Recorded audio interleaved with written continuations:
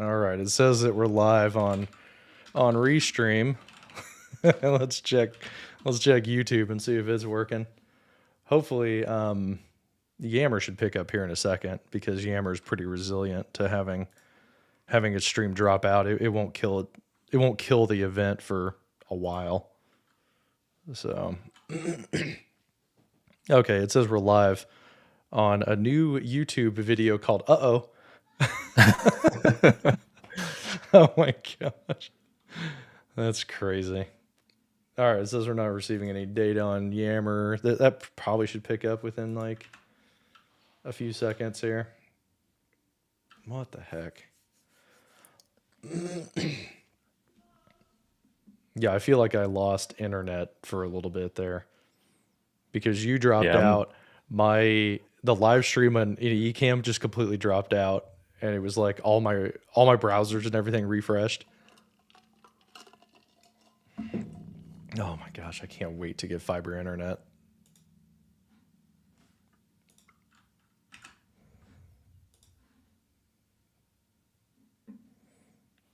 And it sucks because like Spectrum, I just did a there's a problem playing the video. Let's hit try again. I just did a speed test and I was getting perfect speed. It was like 890 down and like 41 up. And then it died on me. Let's see if Yammer comes back up here. But hey, we're live on YouTube. So if you guys are watching on YouTube, say hi in the chat so I know that you're here. Yeah, I'll put on here that I'm trying to...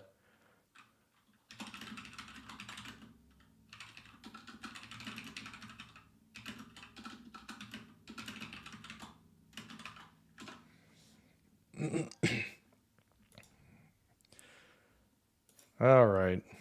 Let's see if this is going to work here.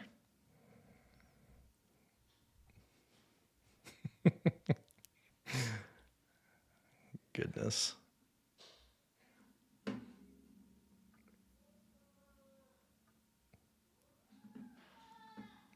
Yeah, there's just a bunch of people saying they lost it. Yeah. And this is why we do all the technical troubleshooting live in front of everybody.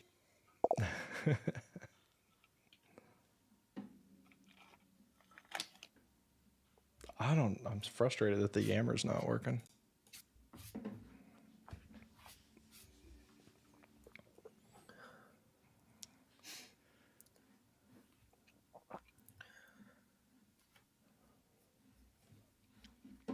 Yeah, I don't know. I'll keep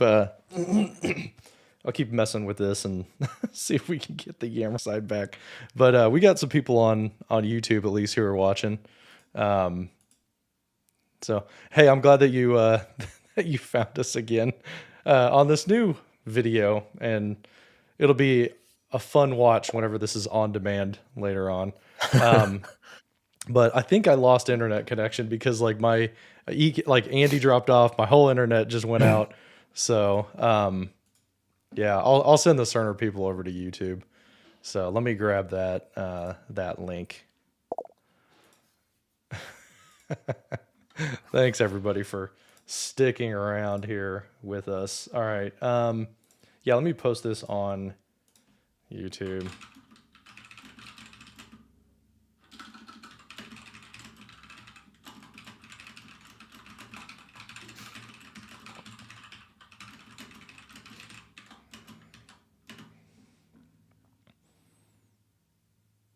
Okay. I have posted that out to the Cerner people. Thanks, John David Brown. I appreciate the idea. I was like panicking. So Angel's here. Yeah, we've got more viewers now. So we were talking about laptops and how great the M1 Mac is until mine completely crapped out. But there was one question Scott had from the other video that we were on where he said, hey, does Apple control the prices or are you going to find better deals at other places? In my experience, they're pretty well set. You know, Amazon, Best Buy, those are going to be generally the same. every once in a while I'll see a better deal on like a Best Buy or something like that, like maybe $100 off or something. Yeah. The one place I would look though is if you're a member of Costco or Sam's Club. Usually a Mac laptop is about $100 to $150 off just normally, or they run very frequent sales. So that would be the one place that I would probably watch for a good deal on a MacBook is like probably Costco. So I don't know if you've seen anything better, Andy. So one place that I go, and I've had really good luck with it, and I'm sharing my screen now. If you want to bring that up, but Yeah, man. one place that I go to get a decent deal is the Apple Certified Refurbished. You're buying a Apple refurbished model, but they refurbish it with the newest parts, the Hmm. newest. Oh Uh, yeah, refurbished is supposed to be really yeah. nice. So like, depending on what you're going to buy, you like here's an M1. You're saving $140 with a Mac Mini with an M1 in it. And you're getting a Hmm. refurbished model, but they give you the same 1 year warranty that they do the new products, and then you can buy Apple Care on top of that. In my experience, like with the refurbished models that I bought, they've been rock solid. And anytime I've had an issue, I had an issue with the screen in a MacBook. They replaced the entire screen, no questions asked, no Hmm. cost to me, because it was still in that model. But you can see, like if you're looking to save a little bit, like you can get a refurbished MacBook Air with the M1 chip in it. Going to save Hmm. $150 off the Apple refurb store. So that's a place I've had some really good luck. And I mean, it's not just for MacBooks and Mac Pros. It's Hmm. across the line. Um, but the newest ones, I don't think you're going to see those on there yet, like the 16-inch or the 14-inch. However, I will Hmm. tell you, the day they pop up on there, they go fast. They go really fast. Oh, I bet. Uh, Yeah. it it took me a few weeks to get a refurbished Mac Mini.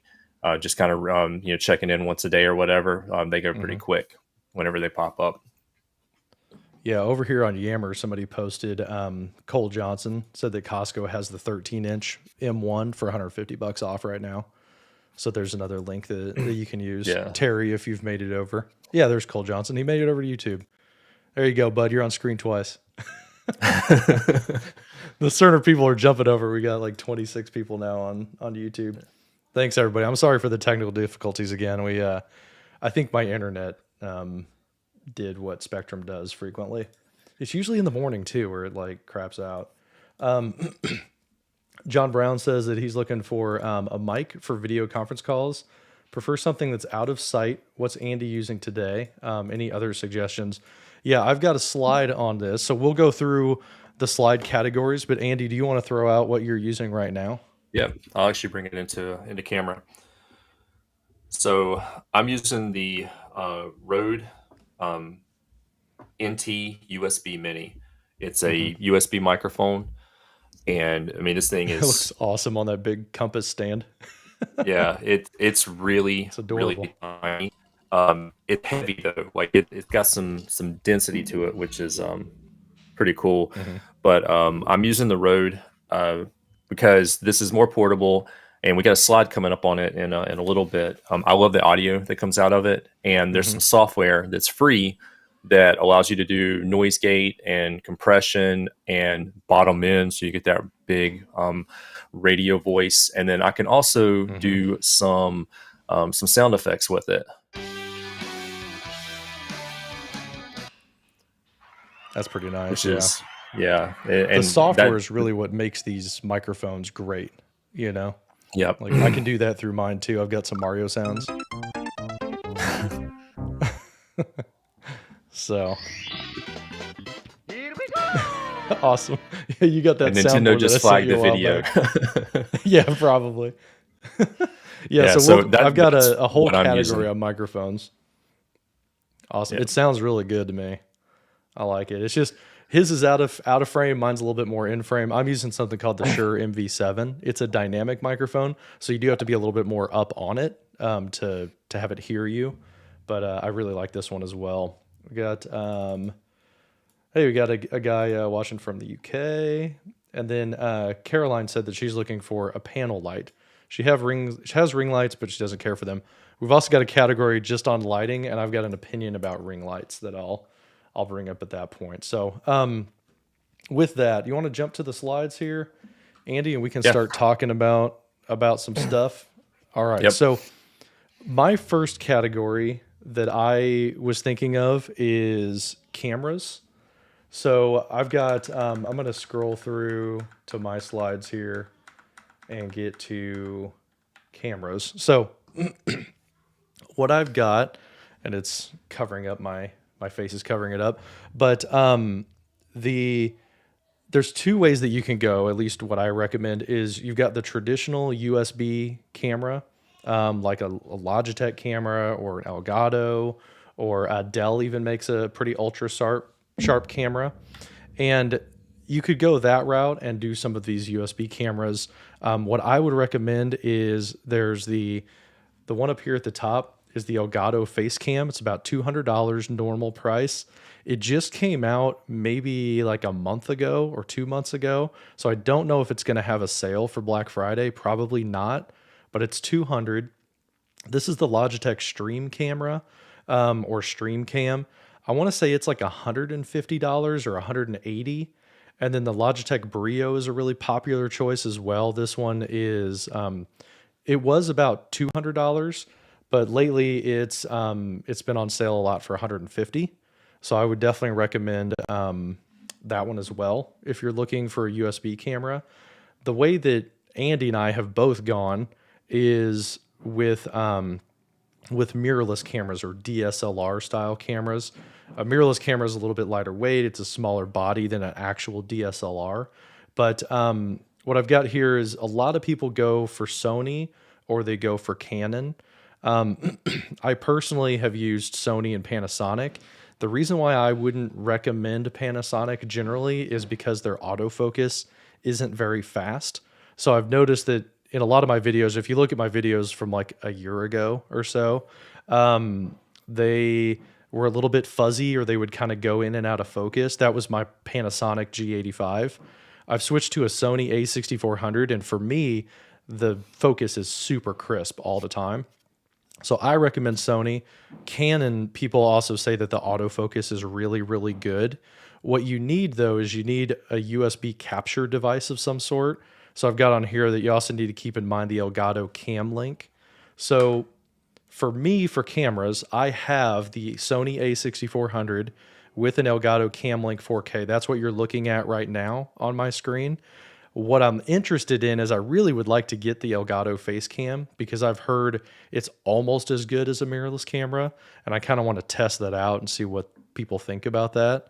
Andy, what do you think about cameras? So I'll switch over to your much, screen.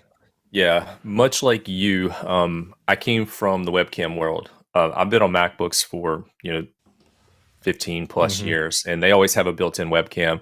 But the MacBook webcams up until recently were always 720p, and I Hmm. went with the Logitech external webcams, and they were always flat. The light was kind of like washed out. They didn't have great autofocus. Wasn't a huge fan of it. So back in 2020, early on, being Hmm. at home, working from home all the time, I started using a Canon Rebel like T6 that it was my mom's, and Hmm. I started using it because there was some webcam software that would allow me to use it as a webcam, and I liked Hmm. it. I had it on a slider on my desk, kind of at eye level, and I could move it into the middle of the screen and broadcast, and then move it off to the side. But at some point, the webcam software stopped working with Microsoft Teams. There was a on the Mac side of the world, there was an update to Teams for security purposes, and Hmm. and an update to Mac OS, and that broke the webcam. And so I started looking around. I'm like, I really like having, like John said, autofocus, but also with the mirrorless cameras, you get really good depth of field. So like my background's a little bird because I'm using a camera lens with a really big aperture.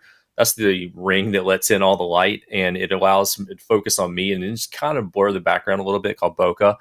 And I really Hmm. liked that look, and I was getting a little bit of that from the Canon. And so when I decided to buy a new one, I actually went and I did a ton of research. I didn't want to spend a ton on the camera, and I really like the A6400, and I really like its big brother, the A6600, but they were a little bit more than I was wanting to spend.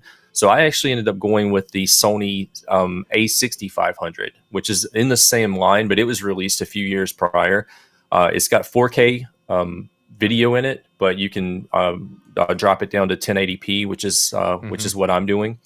And then it's got an HDMI out, and that HDMI out I can run through to my computer. And like John, I've got the Elgato Cam Link. I think it's great. It's small, it's portable, goes wherever you need, but I'm not using it because I'm using this bad boy. Part of the reason John and I kind of got together and bonded over all this stuff was because I had questions about the Atom Mini or the Atom Mini. And so John took the time while we walked through it. We did some tests, and I was like, all right, that's what I want. And I went with this for my camera feed so that I could switch between multiple cameras. I don't have it hooked up today, but I can have 4 separate feeds coming in. So you can see like multiple angles. I can do a top-down angle. I can do an over-the-shoulder angle. I can do a side angle, or I can do a front angle. And that's why I went with the Atom Mini. The other reason I went with that is because it offloaded the graphics processing from my MacBook at the time, which would get it would peg out the GPU, and it would get pretty hot. And it was a hardware solution, so that all that was being done externally, and that would bring the temperatures down on the MacBook, which was great. The new one, not a problem. So I'm using the Sony A6500. I love it. I think it's great. It's a ASPC lens format. It's not a full frame camera. And then I'm using a Sigma f1.4 30 millimeter lens on it currently. And that's the lens that I have today. I love it. I love the autofocus. I love the lens. And I can use this camera for other stuff. I can go and take pictures of my kids with it, and the pictures are incredible. I can do 4K video, and the video is absolutely incredible. My only complaint is that the battery in this thing is the NP50 is stupid small, and like if you use it for an hour, you've just discharged a battery. So I have a whole bunch of little battery packs running around, and then when I'm using it on my computer, I'm actually got it connected to a dummy battery. So I got from Amazon. It's just a dummy battery pack, plugs into the wall, and I use that, and it just gives me full power. It also minimizes any overheating issues. Some of the Sony cameras from a few years ago were subject to a 30-minute recording limit, unless you're plugged into like a dummy battery, and then you can extend that, and then they don't have any overheating issues. So that's what I'm using, the Sony A6500. And I also have a Sony A6000, and I got both of them really, really cheap at Adorama. I went to Adorama, just searched for used cameras, and there's a whole bunch of different conditions you can get them in, new, out of the box. I went with both of mine were kind of in the E range. I was pretty comfortable with that, because it was just a couple of scrapes on the body. No issues to the sensor, no issues to the functionality of the camera. And the pricing was really good at the time. I'm just going to drill down into Sony for a minute. But I went with the A6000. I got it for like $285 when I got it. And then I saw the 6500, and I really liked the 6500's autofocus features over the 6000. The 6000 is like a 12-year-old camera at this point, and the 6500, I don't know, probably like 7 years old or something like that. But I mean, you can go in here and you can get one of these used. This is the A6600, which is the big brother. It's a little bit more expensive, but I've had great experiences with Adorama, and they'll even buy back equipment from mine. The 6400 go to the 6600 is more in level with your 6500. Yeah. And for me, the one that I really want, the one that I got my eye on, and I'm waiting on a deal for it to fall in place, is I am really super interested in the Sony Alpha 7C, the A7C. It's a compact full frame, so it's a step up from what we're using now, which is the 6400 and the 6500. These are not full frame cameras, meaning they don't take advantage of the full sensor.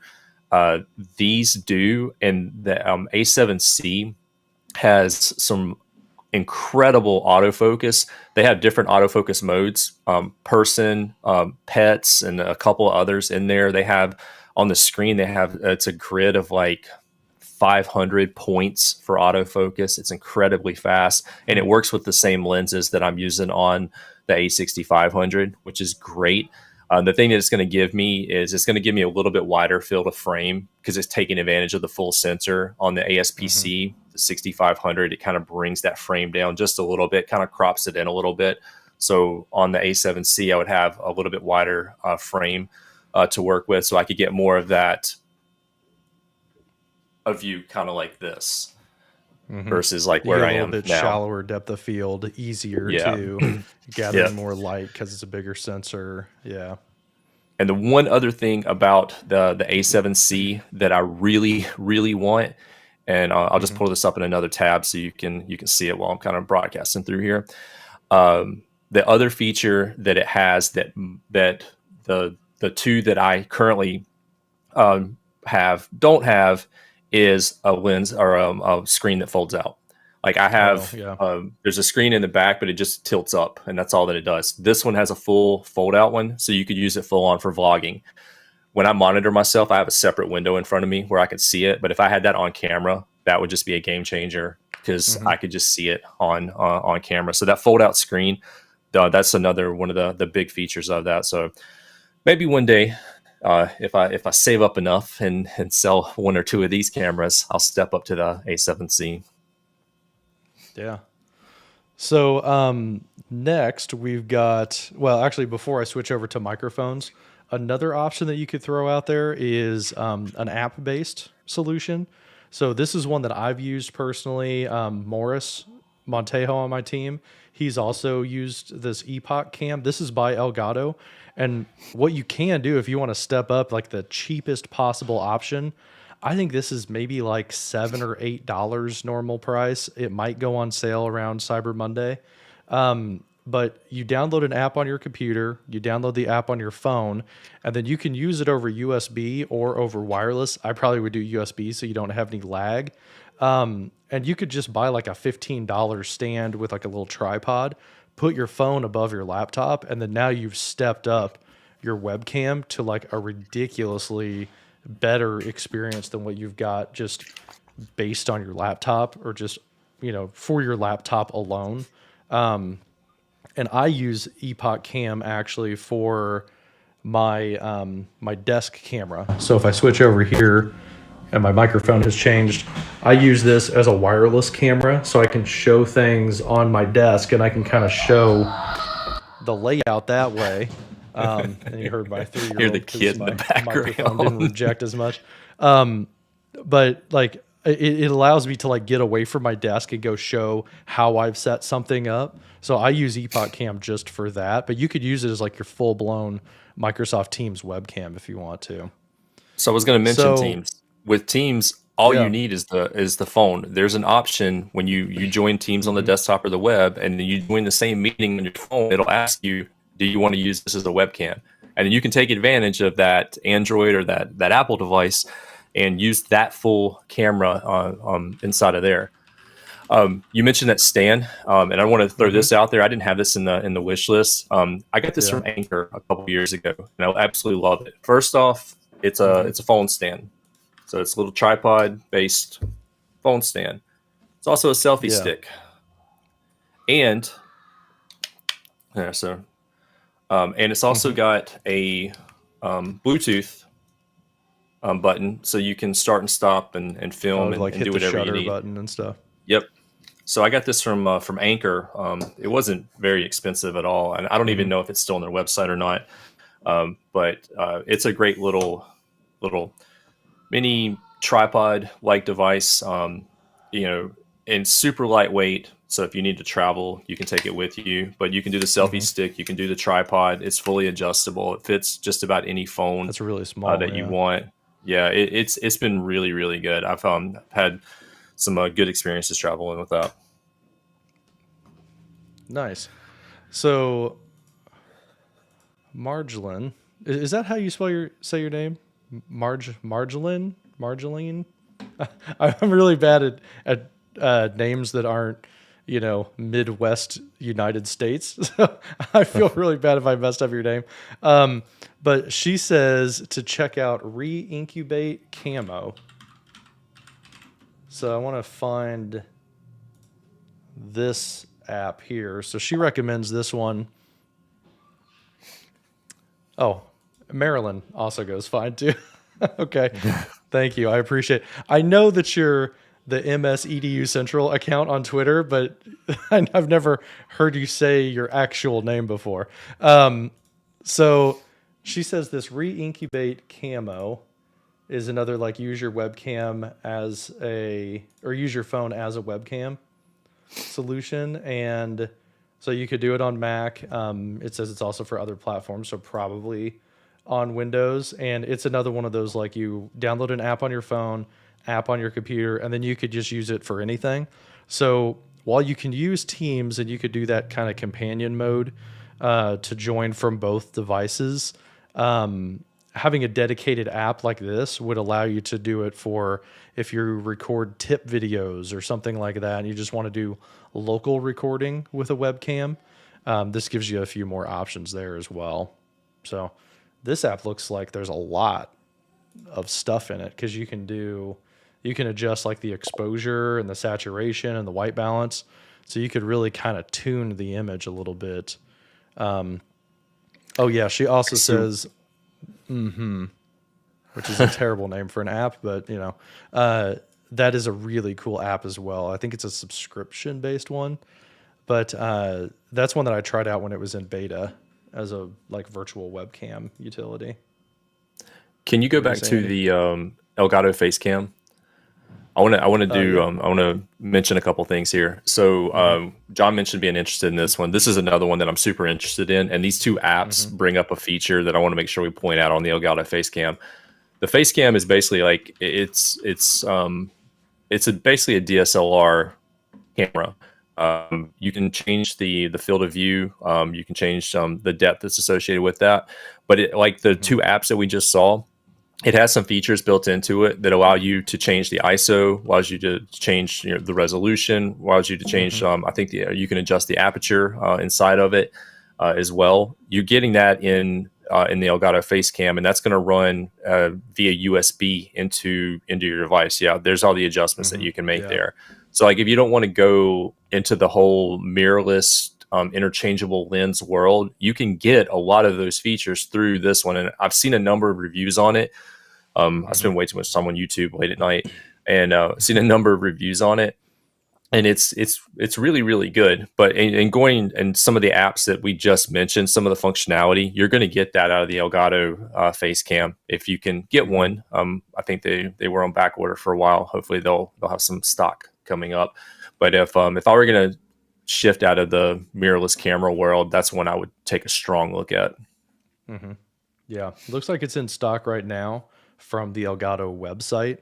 I think I saw it on Best Buy available locally in the Kansas City area as well. Yeah. But it's not on sale. But it's a pretty new thing. Well, if you're a The other Best two Buy things to rewards member, point you get out, points for purchasing it. well, that's true. Yeah. The other thing that I would point out is that the settings are saved on board for the camera. A lot of these USB cameras, they reset their settings if you reboot the computer or if you unplug the camera and plug it back in.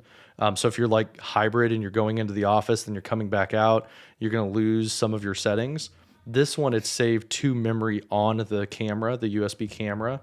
So it retains that a lot better, which is a really good thing.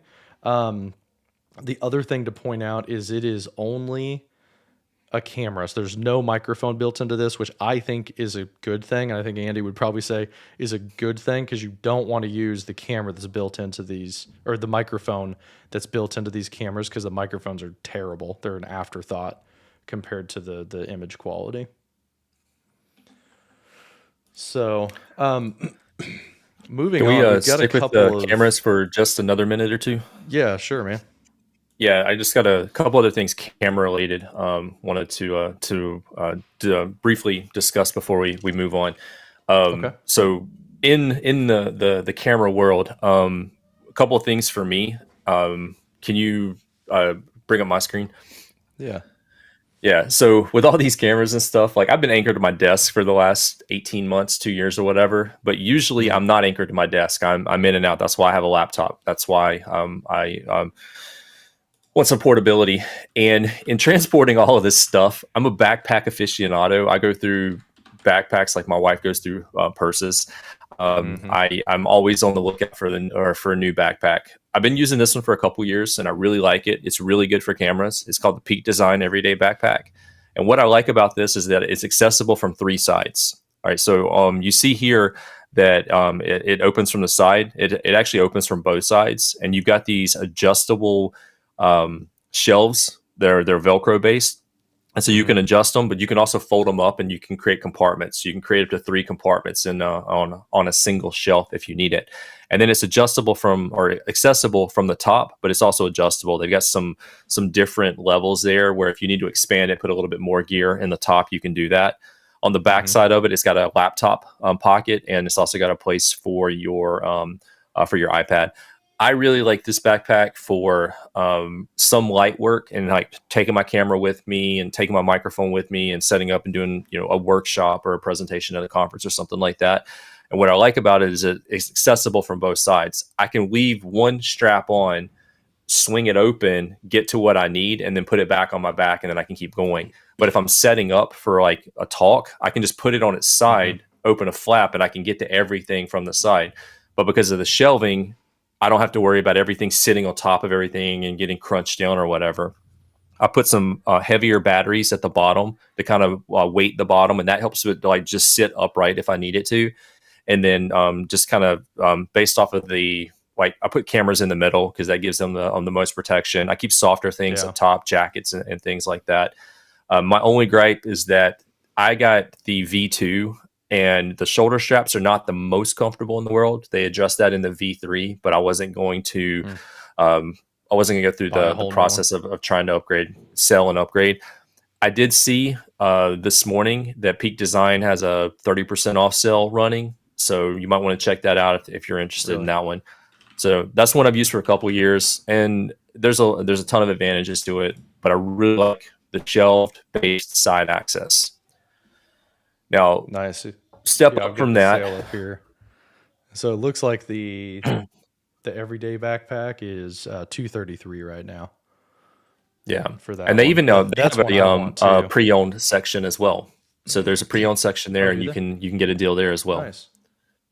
Hmm. And then more recently, I got this bad boy. This is the Low Hmm. Pro Tracker A350 AW2. World's worst name. It's so long, but this is more of professional photography bag. You see, you can do adjustable shelving, but you get complete control of both the columns and the rows inside of there. It's got this flap in the front. It actually puts the laptop on the front of the bag versus right up against your back, which can be really helpful. It's a little bit softer against your back, and like if you just use the laptop and it's a little warm, you don't have that warmth sitting on your back as you're doing whatever commuting. So you can drop a laptop in the front. There's a couple of compartments for things like your iPad and memory cards and things like that. They hmm include this little pull-out bag for cords and attachments, but this whole section in here is completely customizable. So I got that one more recently. It's carry-on friendly for airlines, at least U.S. airlines. It's carry-on friendly. It's got straps on like all the sides, so no matter how you put it in like an overhead compartment or a bin, you're going to be able to get it back out. And hmm this one's not for side access, so I would use this if I were doing more of a bigger trip or like I used it at a SharePoint Fest not too long ago because I could put both of the lenses that I wanted for the two cameras that I was using for the podcast that I was delivering. I could drop in my 8 Mini, my cables and everything, and then I just had to open one thing, and most of my stuff was intact, and so it was really quick for me to hmm get set up and then to break things down afterward. So I really liked it, and the straps are great. The straps are really good. It even includes a waist strap that's completely detachable.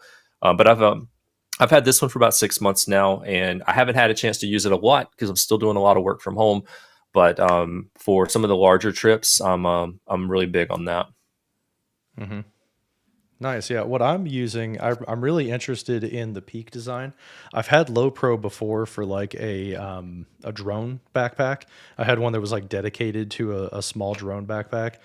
I ended up getting rid of that and going to kind of like an all-in-one, like what you've got. Right now, what I've got is the Encase DSLR Pro, which I like a lot, but I think I want to go to the Peak design. I like the shelving idea a little bit better.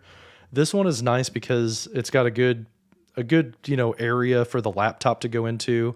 I stuff my charger down in the bottom of the front flap here, and then if I need to, I have quick access from the top, so I can unzip this top flap and pull the camera out and do a shoot real quick. But it's kind of like the Low Pro, where when you lay it down like face down, and then you unzip the back, and this door opens up, and then it's got all these little cubbies inside of it. So the bulk of it is organized in these little shelf units, and then there's like little pouches inside the door that flaps open. I do like this one because it's pretty safe and secure. Like somebody can't unzip it because this part right here is what's up against your back. So somebody can't like unzip it without you knowing, because it's kind of like leaning on your back a little bit. But the Peak design I'm really interested in. Daryl, who's watching on YouTube, says, "What's your pick for like a sling bag for like light run and gun?" I used to have a sling bag, but I don't anymore. I don't know, Andy, have you used a sling bag before? I've got a Victorinox laptop sling messenger bag. That one's Mm-hmm. pretty good, but I think the Peak Design one's Mm-hmm. really good. Yeah, John's here's a bringing that one couple. up now. I've heard a lot of really good things from that one, and Timbuktu. They make a couple of really good sling design messenger bags. Um, Mm-hmm. I really went back and forth between like just a straight up messenger bag and then like the Mm-hmm. Peak Design. I ended up going with the Peak Design because the dual shoulder, like I like having it on both shoulders, especially if like I'm carrying it for a few hours at a time. And in my Mm-hmm. experience, like I would have some back pain when I used messenger bags, even if I just had like a couple of cameras and lenses on it for some running gun.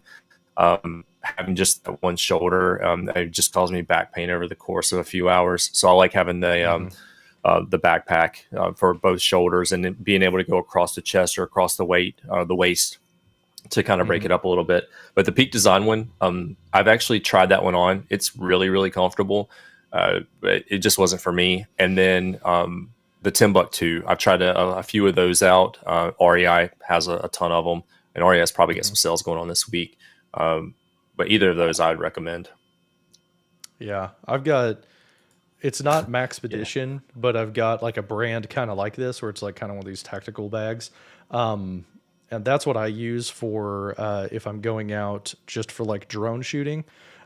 Because I have it unzips on the side and it has those little shelves in it, so it's like DSLR style, but it's bright orange inside, so it's really easy to see when I open it up in like low light. So if I'm going and Hmm. like flying my drone specifically, I'll go, very, very early in the morning when it's still dark out and I'm like having to see inside of a bag. So this bright orange makes it easy to see.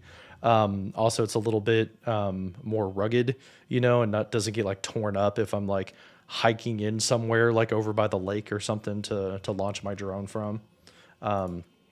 But Hey, yeah, can it's you it's bring not up actual Daryl's Maxpedition, it's comment, some other brand. the most So recent one? yeah, challenges to pick only a few items. Yeah, if I take my encase bag, I pack it down so heavy that it's a cumbersome experience. That's why I have that like smaller kind of tactical bag for just flying my drone. Yeah, I'm in the same boat. It's really hard for me not to over prepare. I'm like, do I have this Hmm. cable? Do I have that cable? My bags have bags. Like, so in my Yeah. backpack, I have like three other bags full of just cables and accessories. And because I'm always worried Hmm. that like I'm not going to have that one that I need. Fortunately, um, I got this little guy from the MVP program, and this one's actually been really good.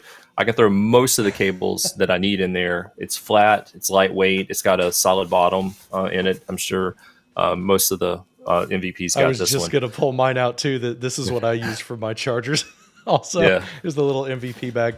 I also have like a bunch of little canvas bags that, like, this one has a bunch of GoPro stuff inside of it. Yeah. So there's like a whole bunch of screws and stuff like that for GoPros. But yeah, this is a nice bag, the MVP one. Yeah. It's I by, agree. I wonder if it has like a name on it that you can buy. Yeah, I don't recall. Yeah, I don't see a name on it, but I guess become an MVP 2 years ago. So, Actually, yeah, bags are fun to talk I do about. have one. You have One another more. one? Sorry. This is an STM. It's just a laptop bag. That's a pretty But good looking little bag. yeah, I got Yeah. this like a TJ Maxx or something years ago. It's kind of like felt lined in the center. It's got one pocket, which is really nice. It's lightweight, so if I'm going to do like just a one off, and all I need is my laptop. Then that's the one I'm going to take with me. I can throw my laptop, I can throw my charger and a couple of cords in there, and it's super lightweight. But that one's not going to be more for the camera stuff.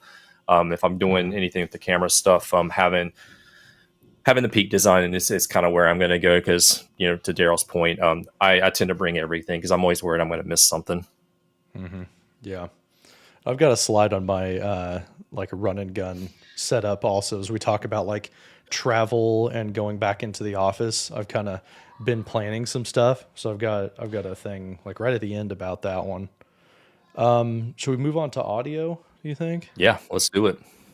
Okay, we've got a couple of comments out here for audio. We got Hossein. Hossein is asking about he's looking for microphones, trying to figure out a microphone situation, but mainly one that blocks background noise, kids, office wife, things like that. And yeah, he likes that you can have it out of frame, but you also have good noise cancellation, which is kind of a conflicting concept when it comes to microphones. And then also John Ernst is kind of looking for the same thing. So he's looking for a good cardioid pattern microphone, which if you guys haven't heard of what a cardioid pattern is, cardioid basically means that it rejects the sound from behind and next to the microphone, and it picks up the sound coming from the front of the microphone. It kind of avoids the sides. Most of these microphones that you're going to see here have that cardioid pattern, or polarization is what they call it. I kind of categorized my microphone suggestions into two categories or two areas here. I've got the microphones that live on a desk or on an arm, and they're generally going to be seen in a shot unless you do like some special finagling to get it just outside of frame. That's what I've got over here on the left. And then on the right side, I've got microphones that are designed to be outside of the shot. So they're definitely gonna not be obtrusive and not kind of have the radio announcer look what I've got going on right now. And those ones are all cardioid pattern microphones. But what I've got, hey buddy, how's it going? This is Paw Patrol. You gonna watch Paw Patrol? Yes. Okay, why don't you watch some Paw Patrol? So that's my 3-year-old Finn. He's jumping around like crazy. And what I've got is on the inside the frame microphones, I really like these three options here. The bottom one is the one that Andy showed, which is the Rode NT USB Mini. And then I've tried out the Elgato Wave. This one right here is called the Elgato Wave 3, but there's also an Elgato Wave 1, which is the only difference is this button right here on the front. On the Elgato Wave 3, that button can switch between 3 different settings. One of them is your mic gain, one of them is your headphone volume, and then the other one is like the mix of how much headphones and how much microphone do you hear in your own headphones. The Wave 1, I think the Wave 1 probably would be the one to go for of those two options, because that you don't really need that button all that much. So I wouldn't spend the extra money. And then up here at the top, this is what I have right now, which is the Shure MV7. So I'm using the Shure MV7 with something called the Wave XLR from Elgato. And the Wave XLR is what gives me the ability to do those sound effects. So I can play sound effects inside through my microphone. That works in Microsoft Teams. It works in live streams, also recordings and things like that. But I can also add multiple channels to it. So I'll show you the Wavelink software. Hit configure Wavelink. This is what the software looks like for the Elgato side of things. And I'll have Andy show what it looks like for Rode. But I've got the Wave XLR, which is the microphone itself. I can turn that up and down. And if I click on here, I can adjust the settings for how loud I want it to be. I can turn on different filters and clip guard so that it keeps it from clipping and getting too loud and distorted. But then I can add other channels. I think I can add up to 8 more channels or something like that. So I've got one that's just my Spotify music. So if I want to play music into a Teams meeting, I can play it directly through the software. The sound effects, this is the buttons on my Stream Deck are going through this channel. And then I can just keep adding channels here, and I can add like Microsoft Edge or PowerPoint or other things that have audio on them. I can bring them in, and then I can control like what the sound level is. So I really like having this set up, and it's going over an XLR connection. The Shure MV7 also has a USB option. So I originally bought it. This is a $350 microphone. And I bought it, I just plugged it into USB and I use it like that. It works great just over USB. But when I wanted to add these other virtual channels, I went with the Wave XLR, which is another $160. So altogether, what is that? $510, I think, total, if I'm doing the math right. But it gives me a lot of versatility. It gives me a really, really high quality microphone. If you're going to just do XLR, they do sell a Shure MV7 Plus, I think, or something like that. It's a Shure MV7 like special version that only has XLR, and I want to say it's like $100 cheaper, so it's like $250 instead of $350 or something like that. And then what I've used in the past when I'm doing run and gun stuff, like what Daryl mentioned earlier, I need to move light. I can't unbolt this thing from my desk and just take it anywhere. So I use something called the Rode Wireless Go. And I know Andy's going to talk about this as well, but I would like to upgrade to the Rode Wireless Go 2, because then I would be able to use the Rode software, get that multi-track audio, the virtual channels and stuff like that. Plus, I don't know, Andy, if you got the dual one, but there's a version that has 2 transmitters and 1 receiver. So you could mic up 2 people and do that on a live stream and have 2 people with their own lapel microphone. The nice thing about this smaller option is you just clip it to your shirt. It's pretty well hidden. You're not going to see the microphone in the shot nearly as bad. And both of these are really good at rejecting sound. One thing that you're going to want to watch out for if you pick the Elgato or the Rode is these ones are what's called a condenser microphone. So they pick up, my son has been yelling like basically the entire live stream, but you probably haven't heard him very much because I'm using a dynamic microphone that's way better at background rejection. It requires more power to drive it, but it's not nearly as sensitive as these other 2 microphones are. So that's just something to think about. If you're in a loud environment, like you have kids running around and you have wood floors like I do, a dynamic microphone is probably a better bet. If you're, in a fairly quiet space and it's a controlled environment, a condenser microphone might be your best bet. So that's my thoughts about microphones. What do you think, Andy? So yeah, let's dive into this. I came from the Yeti world, Blue Yeti. I bought mine back in 2014. I had the gray one and used it for a long time. It was not very portable. I did find a custom case for it on Amazon, so I could carry it with me if I needed it. And I would use it occasionally for like an in-person event, a delivery or something if I needed the microphone. But I got mine way back in 2014.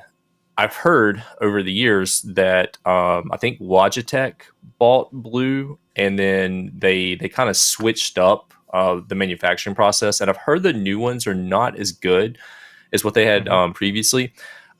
I wanted to upgrade my my mic arm situation, and so there was a Blue Yeti package where you got the microphone, and then there's a microphone arm called the Blue Compass, and it looks really, really good.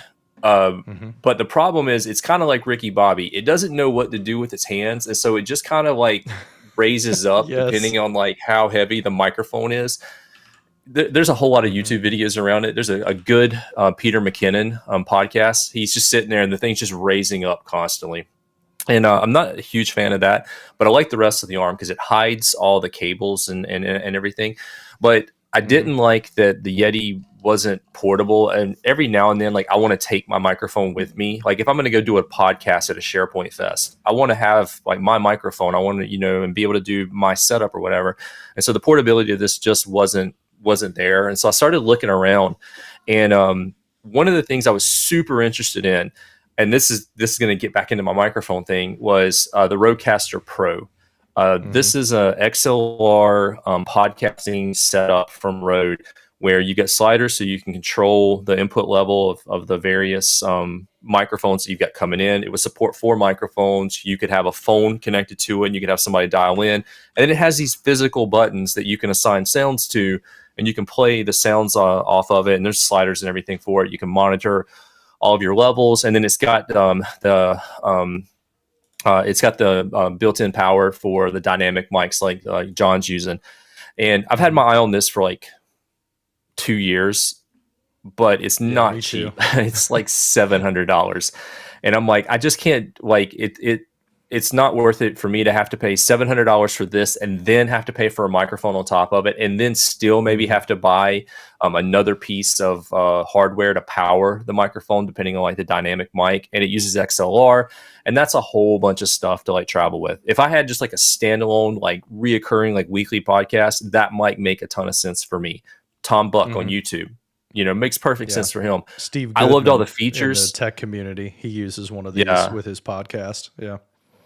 I would totally geek out on one of these, but it was cost prohibitive. So what I ended up going with is the Rode NT USB Mini, and there's a few reasons I did it. Number one, at the time it was $100, but you could get these. I've seen them for as low as $80. Number two, it can support a podcast setup with 4 of these because of the software that actually powers it. The software that powers it is Rode Connect. And I'm going to show it to you because Rode Connect is basically the Rodecaster Pro in software format. So this is my input. So I can have 4 microphones running through this. It supports the NT USB Mini. It supports the NT, the bigger brother. It supports the Rode Wireless Go 2. And I think there's like 2 other mics that it supports now. So I can have 4 mics running through this. I can have my system audio running through it. I can have virtual audio running through it. And I can have sound effects. And I can control it all software based right from here. It's even got a built-in recorder, so I can record audio directly into it, like whatever I want. And then I can bring in the wireless goes if I need it. But I also get the ability to control things like the levels. It has a built-in noise gate and a compressor. It's also got the big bottom end for the radio voice, and then it's got an exciter, which kind of helps with the mids just a little bit. And I can control all of it. There's a simple setup process that you walk through. You can monitor out however you want. I'm actually monitoring out right now. I'm right in the back of the microphone. There's a headphone jack, and I can turn up the headphone level right from there. It's all powered through USB, so it's just one cable that I have to deal with. But I've been a huge fan, and we've had some struggles dialing it in over some of our live streams over the last couple of months. More of that's moving between computers. But I'm a huge fan of it. And this software is free. So if you're interested in that, I've seen the NT USB minis. I've seen them for as low as $80 in some places. They're also like super portable, 100, right? Yeah, it's normally $100. But it's super portable. I can throw this in my backpack, and all I need is the USB cable. It's got a built-in little stand that connects magnetically, but like in my setup, I have it connected to my boom arm. And as somebody mentioned in the comments, I can keep it out of frame, and I think it does a pretty good job of picking up the audio, even with it being out of frame. And It is a little sensitive because it is a compressor mic. So like if I move in my chair, you can probably hear that a little bit. Yeah, a little bit, not Yeah, much. just a little. But I'm between me and the door, so it blocks a lot of sound on the back end. I've been a huge fan of this. There's a beta program where you can test out some new features, and the beta is like free to join up on. Just go to Rode's website, and you can find it from there. The other thing that I'm a big fan of is John mentioned these a little bit. The Wireless Go 2. These are wireless lavaliers. Now I've got it. It's pretty amazing. You've got a receiver unit. Throw it on the ground. The receiver unit is super, super small. It'll fit in the cold shoe adapter on the top of your camera. It'll fit right next to your computer. Plugs in with USB-C, so pretty fast connection. You can run 1 or 2 lavaliers at the same time. You can also use the lavaliers and have one be a right channel and one be a left channel, depending on the audio that you want to work with. So really? the receiver is really, really small. Yep. And then we've got the actual lavalier itself. Now it comes with the cat screen on the top, but you can take that off. Some people just pop it in just like that, and then they're off and running. And I mean, it's not too it's not very obtrusive. intrusive at all. Yeah, or obnoxious. But you can get a standalone actual like lavalier. This is a Rode lavalier. Just goes right on my collar, and I can run that right into the Wireless Go, and I can run the Wireless Go right into the Rode Connect software, and I can take advantage of that. I can even record directly on the receiver unit, and there's a whole bunch of settings. There's just another piece of Rode software. What's that? Is there memory on the receiver, or is it like an SD card or something? Yeah, there's some memory on the receiver. Really? That's interesting. That's not on the first version. Huh. Yeah, I eyeballed this thing for like a year before I bought it, but it's really great because like I can stand up and walk away from the desk and I don't lose audio quality. My friend of the community, friend here in the Charlotte area, Daniel Christian, he and I were at SharePoint Fest Chicago back over the summer together. I had my podcast set up in the pod center, and we were talking microphones, and he was looking at getting the Rode Video Pro mic, and I was like, yeah, let me show you this one, and we'll test it out. I walked across the conference hall with the Wireless Go, never lost signal. I mean, we're talking like probably 50, 75 yards away, never lost signal at all. It just kept coming through. I've seen line of sight. Some people have walked 600 feet and it still picks up. It's great. And I mean, it just plugs into your computer with a USB-C. I mean, there's even an option for you to plug it into your phone. They've got a phone adapter as well, so you can use it as part of your phone. Here, this the phone setup right there. Yeah, there we go. Get that autofocus. Yeah, yeah. So it's got a nice little carry case. Comes with, and everything you need. That's a little bit right bigger in the bag. than mine. Yeah.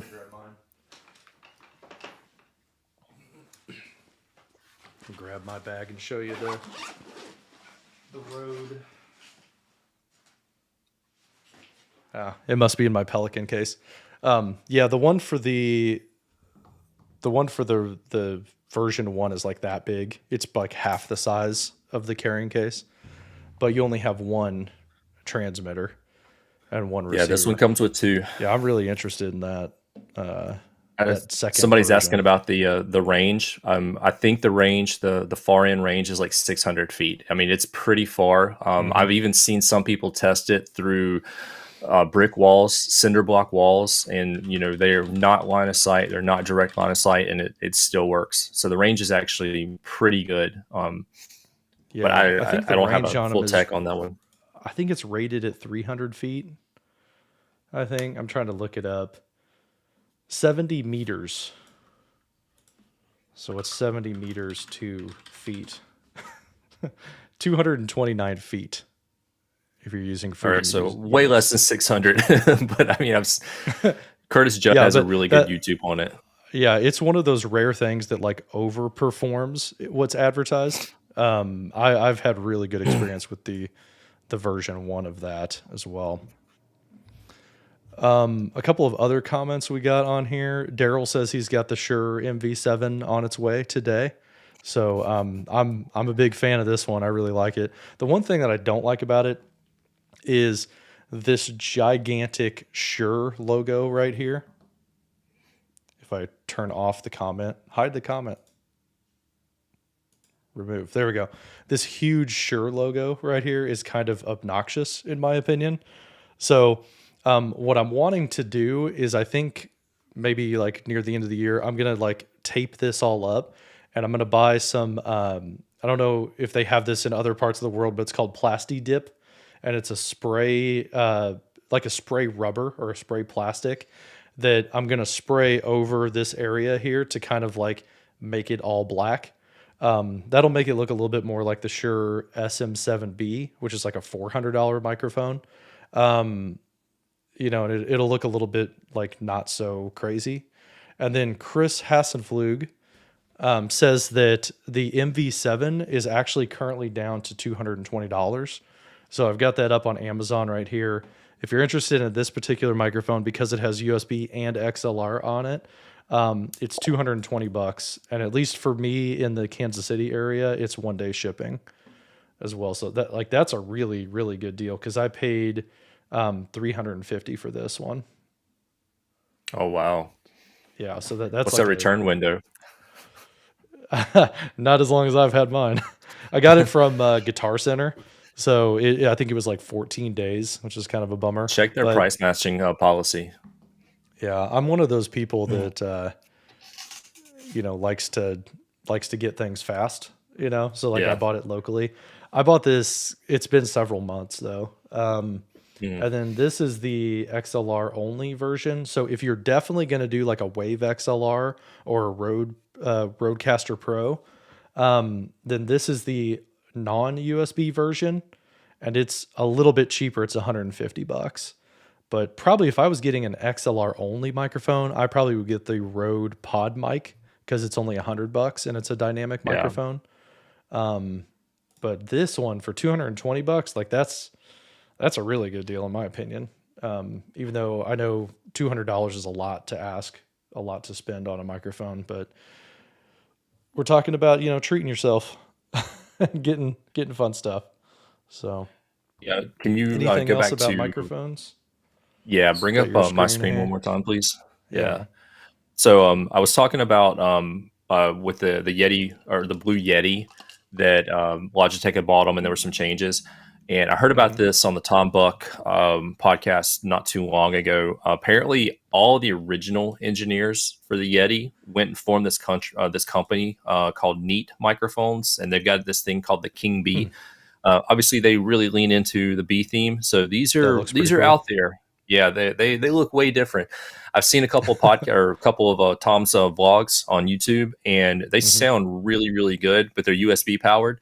So if you want something a little different, a little out there, but that extends on what the Yeti line originally did, this might be something worth checking out. I haven't used one personally. I've just heard them through YouTube and through podcasts. I think the look's not quite what I would go for. I like to keep my microphones off to the side, but I mean they are definitely different. So might be something worth checking out. Yeah, if that's your style. Yeah. Marilyn says one thing to think about if you're like connecting something to your phone. You showed your little phone adapter. Is that, to her knowledge, iPhone FaceTime application doesn't support external microphones. So that might be something to keep in mind. I've never used FaceTime with an external mic, so I'm not sure. I'm pretty sure that works in Teams, but it could be, a FaceTime specific thing. So buyer beware if you're looking at hooking it up to your phone for that. Yeah. Awesome. So next on my list, as far as like categories go, is interfaces. So this is for the people who are wanting to get into live streaming or recording locally on like a different device. We talked about laptops and how the Mac the Mac M1 is like crazy powerful and super nice. You can do everything on the computer itself. But if you're really wanting to step up to a whole nother level, a lot of people get a dedicated interface for their setup, especially for live streaming. And there's a few popular options out there. There's the A10 Mini, which Andy talked about earlier on, as far as like a capture device. This is what I have personally, as well as the A10 Mini. One thing to keep in mind on it is there's 3 versions of the regular one. There's the regular, the Pro, and then the Pro ISO. So I have just the regular version, so it does not do streaming itself. It's only a camera switcher. If you want to step up to the next level in Blackmagic design, there's the new A10 Mini Extreme, which you can get the Extreme or the Extreme ISO. This one will do live streaming directly off of the device through Ethernet directly on your network. And then 2 other devices that are out there that are kind of these compact all-in-one streaming interfaces. One is one that I tested out and I did a review about a while back, is Epiphan. This is the Pearl Nano. So this one, if you're getting into more high-end stuff like SDI cameras instead of HDMI connections, you're wanting to add graphics that are stored on the device, and you want to manage it more in like an enterprise-friendly way, this one is pretty attractive, and this live streams directly on the device. It also has storage capabilities, so you can put an SD card in there. You can also put a what do they call it? The NVMe, like the little SSD chips. You can put that in the bottom of it and record directly on the device. And then something I'm interested in is this guy, the YOLO Box Pro, which the name I think is unfortunate. YOLO Box kind of sounds like cheesy, but from what I've heard, it's a really impressive device. People like Aaron Parecki, other YouTubers that I watch are using these. And this one has multiple HDMI inputs into it. You store the graphics on the tablet itself. It live streams directly off of the device itself. I think it records locally as well. Both of these are in the about $1,000 to $1,300 range. I think the YOLO Box is like $1,300. The ATEM is like $1,000 if you don't get the ISO version. And then what I have is I have the ATEM Mini. If you're going to go into live streaming and more than just camera switching, I probably would not recommend the ATEM Mini unless you get the Pro. I think it's probably worth it to step up to the Pro so that you have that capability to do more with it. You also get like multi-view out, so you could hook a monitor up to it and see all of your views on a separate monitor. So I probably would spring for the Pro if you really want to go big. I'm pretty interested in these 2 devices. I'm definitely not going to buy them this Christmas, but maybe in the next year I might look at them. YOLO Live, if they ever see this and they want to send me one of these, like Epiphan sent me a test unit of the Pearl Nano, I would be happy to review it and check it out, just because like I'm all about democratizing live streaming and figuring out what I can recommend to other people to kind of get into live streaming on a budget, but also doing it kind of easier than what maybe OBS Studio or something is.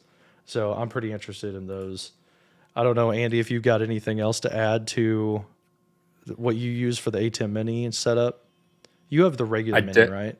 Yeah, I have the regular Mini, and I definitely agree with you. If I could step up to the Pro or to the ISO, I would, because you get the multi-view out. You also get the ability to record directly from the Mini when you do the Pro or the ISO. The base does not support that. Also, yeah, you can plug an SSD into it, right?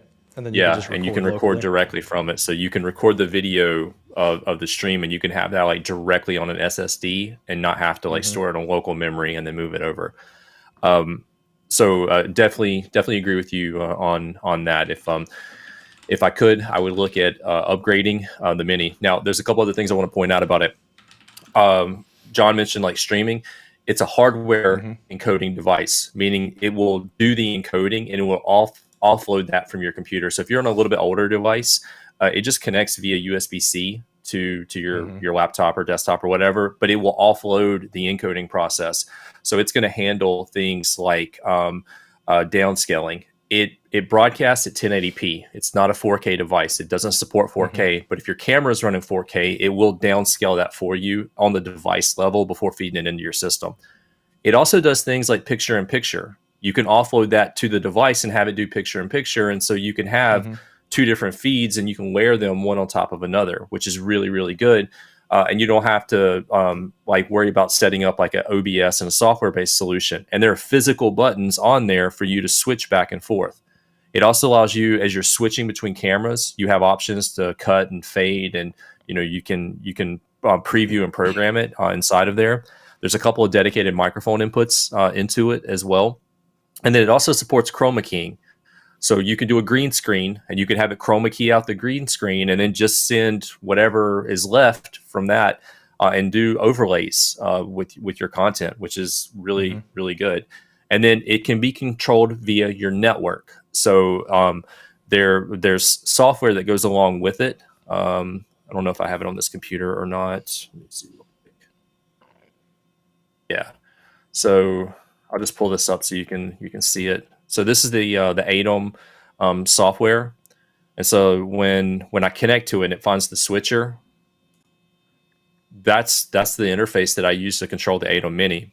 But I don't have to run it on this computer. If I have another computer on the network, I can run it on another computer and I can control the switching and things like from here. So like I could set my laptop up here and go stand on the other side of the room and maybe have a laptop off to the side and control this and do all of my switching and so forth. I can manage like my chroma keys. I can manage my fades and my transitions. I can put graphics and media and use that for like lower thirds and overlays. The ATOM supports all of that.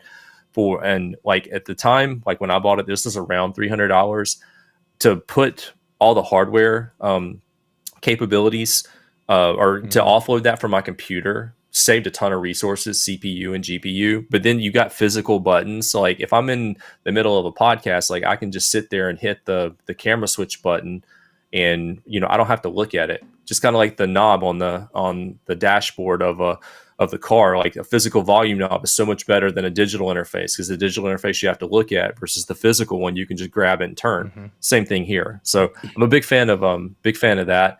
I do have the Elgato Key Cam Link, but that's just for getting a video feed in. I can't do anything else with that. Now, John also mentioned some of the other devices that he's interested in. I'll tell you one that I am super interested in. I'm glad you brought this up. It's the Adamus Atomcast. It uses the Adamus Ninja 5, and it puts a video touchscreen player on top of it. So the Ninja is an external recorder for a lot of or for cinematography. The Adamus Ninja is kind of best in class for external recording. I can use the full 4K signal on my camera and record to the Ninja 5 and record in a number of different formats that my current camera doesn't support. And then it'll all be recorded on the Ninja. There's an SSD slot for it, and I can have HDMI and HDMI out, so I can use it for a monitoring device. Well, now they brought in a switcher component to it, so you can feed four cameras in it, see all of them in a live preview, and you can switch back and forth with them with physical buttons. And you get the SSD, and you get the HDMI's in and out, and you get the touchscreen interface. They just announced this a little bit on that page. Like, that is super compact. Yeah, that's pretty rad. And you can repurpose the Ninja, and you can go back and use that as your external recorder on your camera whenever you need it. So you can live stream with it, and they give you a ton of information about what you're live streaming. It does picture in picture. It does overlays and audios. It works as a switcher. So it does a little bit of everything. They announced this a few months back. I've been waiting to kind of see how it lands and how it actually gets reviewed. Adamus does a really good job of updating their software and giving you new features. There are some that are add-ons. So like I've seen a couple of cameras they went back and added some different encoding to, and there were some add-ons for it. But I'm really interested in this. And if you buy the package, the Ninja 5 and the Atomcast, if you buy them as a package, you save like $50 versus if you buy them individually. So I'm really interested in this. Just want to learn more, maybe test it out at some point before before I commit. It's not. That's It's pretty right around, I crazy think, looking. like 950, but it's pretty cool. Like, yeah, so that's what I'm super interested in. One more thing I wanted to add too is if you're looking at either the ATEM Mini, the ATEM Mini Extreme, or the Yellow Box, there's a guy, he's a great YouTuber about live streaming, Aaron Parecki. He has a website, pk1.tv, and he makes these awesome stands for these devices. So definitely check into these. I 3D printed a smaller version for my ATEM. And what's cool about Aaron's is that it's got these little cold shoes in it. So you can mount a monitor to it. You can mount, this is one of those Rode Wireless Go microphones. So you could put your microphone receiver, your little monitor for your live streaming, all of that stuff on the device. It's also got areas where you can put what do they call them? Cheese plates from Small Rig. So you can mount those on the side. And then he also makes one for the YOLO box too. So again, you can have everything all, put into one device, have your microphone hanging off the side, your monitor mounted to the top of it, kind of have like a compact, like all in one live streaming, little like nest of stuff just all together like that. And then maybe you could pack that into like a Pelican case or something, take it on the go. But that would be something that I would look into if you're interested in these devices, is supporting this guy because he does a great job of sharing all kinds of information. So I would highly recommend giving him your support. And he made that so you could also put a Stream Deck in front of it or side by side. That's cool. Yeah, there's the extension. So yeah, you could have that mounted to next to your ATEM Extreme. Oh man, you could have like so much going on. That's pretty cool. He definitely made the primary case though, so that you could put the Stream Deck directly in front and still be able to like run the cable without interfering with the ATEM that's angled right behind it. Yeah, if you wanted to do I think those that's on the light, front to right? back. Yeah. Yeah, there's like a little bit of gap underneath there, so you can fit your Stream Deck underneath the cable underneath it. Yep. All right. I got one more thing in this category. Yeah. So I'll just bring this back up. I just want to point out, I pulled up the screen for the Atom Cast. That's the add-on component. The Ninja Cast is the bundle where you get the it's like the Ninja $400 5. for the little backpack, right? And you put your own screen on it. Yeah. So I just wanted to bring that back up. I'm super interested in there's the Ninja 5 and the Ninja 5 Plus. So there's a couple of different versions of it, but basically it's a monitor for the camera. Like if I bought the Sony A7C, there's a flip out screen there and it's pretty good, but this has the ability to do HDMI in and out, so I can monitor and still run it out. It has the ability to add in an SSD hard drive or solid state drive for recording. It has built-in codecs for recording what you're actually going to do, and you're putting it directly on the SSD. You can even go ahead and apply lookup tables, LUTs. So like if you brought your video feed out in like a S-Log3, that's going to give you the most dynamic range. It's going to basically give you all the information that the sensor can possibly get. And then you put a LUT on top of it, a lookup table, and then you can color grade it. And they have a whole bunch of built-in LUTs. They also have histograms and monitors built right in.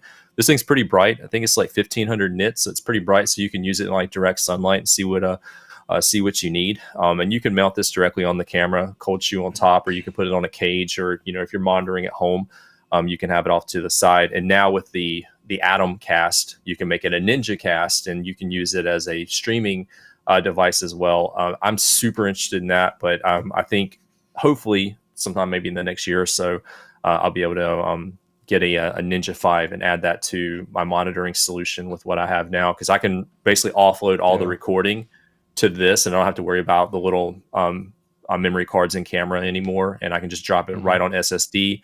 And then with an SSD, I can drop that right through USB-C or Thunderbolt on my computer, and I can basically edit right from there, and I don't have to worry about internal storage anymore. So I'm really interested in that. Nice. So I'll have to keep looking for a deal. Comments that we have are, So John Ernst, a buddy on my team, he says the ATEM also has an app that he uses on his iPhone. I have seen, yeah, there's like third-party apps that people use that connect over the network to the ATEM. If you've got the name of that app, John, if you're still watching, drop that in the chat and we'll show that on screen. And then Erin Dominguez, also on my team, is she says, I'm going to add all this stuff to the workforce adoption must have streaming kit. We've been talking about that a little bit. Like I bring my Pelican case of my stuff, and it's like a ton of stuff that I've bought myself, and it's like, we need to make this a little bit more so that you guys can start recording the shows, you guys can start live streaming, so that like it's not all reliant on me and the stuff that I've bought. So we've been trying to think of like what do we need to buy if Cerner were to buy, and provide the equipment, not relying on on me buying stuff. That's how it started for me. It was webcams and Logitech webcams and some kind of like Jabra pucks and projectors. So a company I was contracting with, they would send these things out in these giant Pelican case. I mean, huge Pelican case. And some of the stuff was like 10 or 15 years old, and it didn't work great. And I'm like, let me just start like buying some of this on my own. And so like I bought my own Jabra updated puck system, and then I started getting into the better cameras. And it's like, all right, how can I bring my own streaming kit, not have to depend on this, and not have to go and deal with the FedExing in of the giant Pelican case. Now I'm trying to do a Pelican briefcase and take that with me wherever I need. Yeah. Okay, so the next category I've got, you ready to move on to headphones? Yeah, let's do it. Speakers and stuff. So the next category, back to kind of like what normal people use, not like audio interfaces and video interfaces, is speakers and headphones. This is a pretty practical thing because if you're like me, you're either always on a meeting or you're always listening to music outside of that meeting. So what I've got is I have actually used these two devices. This is what I've settled on in my home office. Is I use the Microsoft Surface Pro or Microsoft Surface Headphones 2 Plus. It's a bit of a mouthful, but I recommend the 2 Plus if you're going to go with the Microsoft option, because these ones are actually Teams certified. So they have the Microsoft Teams button on the back of them. There's a USB dongle that's wireless that's plugged into my dock. And that allows me, I can just tap to mute in Teams and I can tap to unmute. So I really like that functionality. They're also active noise canceling, which is really a great thing to have, especially when you've got a 3-year-old at home. With these, there's 2 rotatable ear cups. So on the right-hand side, if I rotate that up or down, that turns the volume up or down.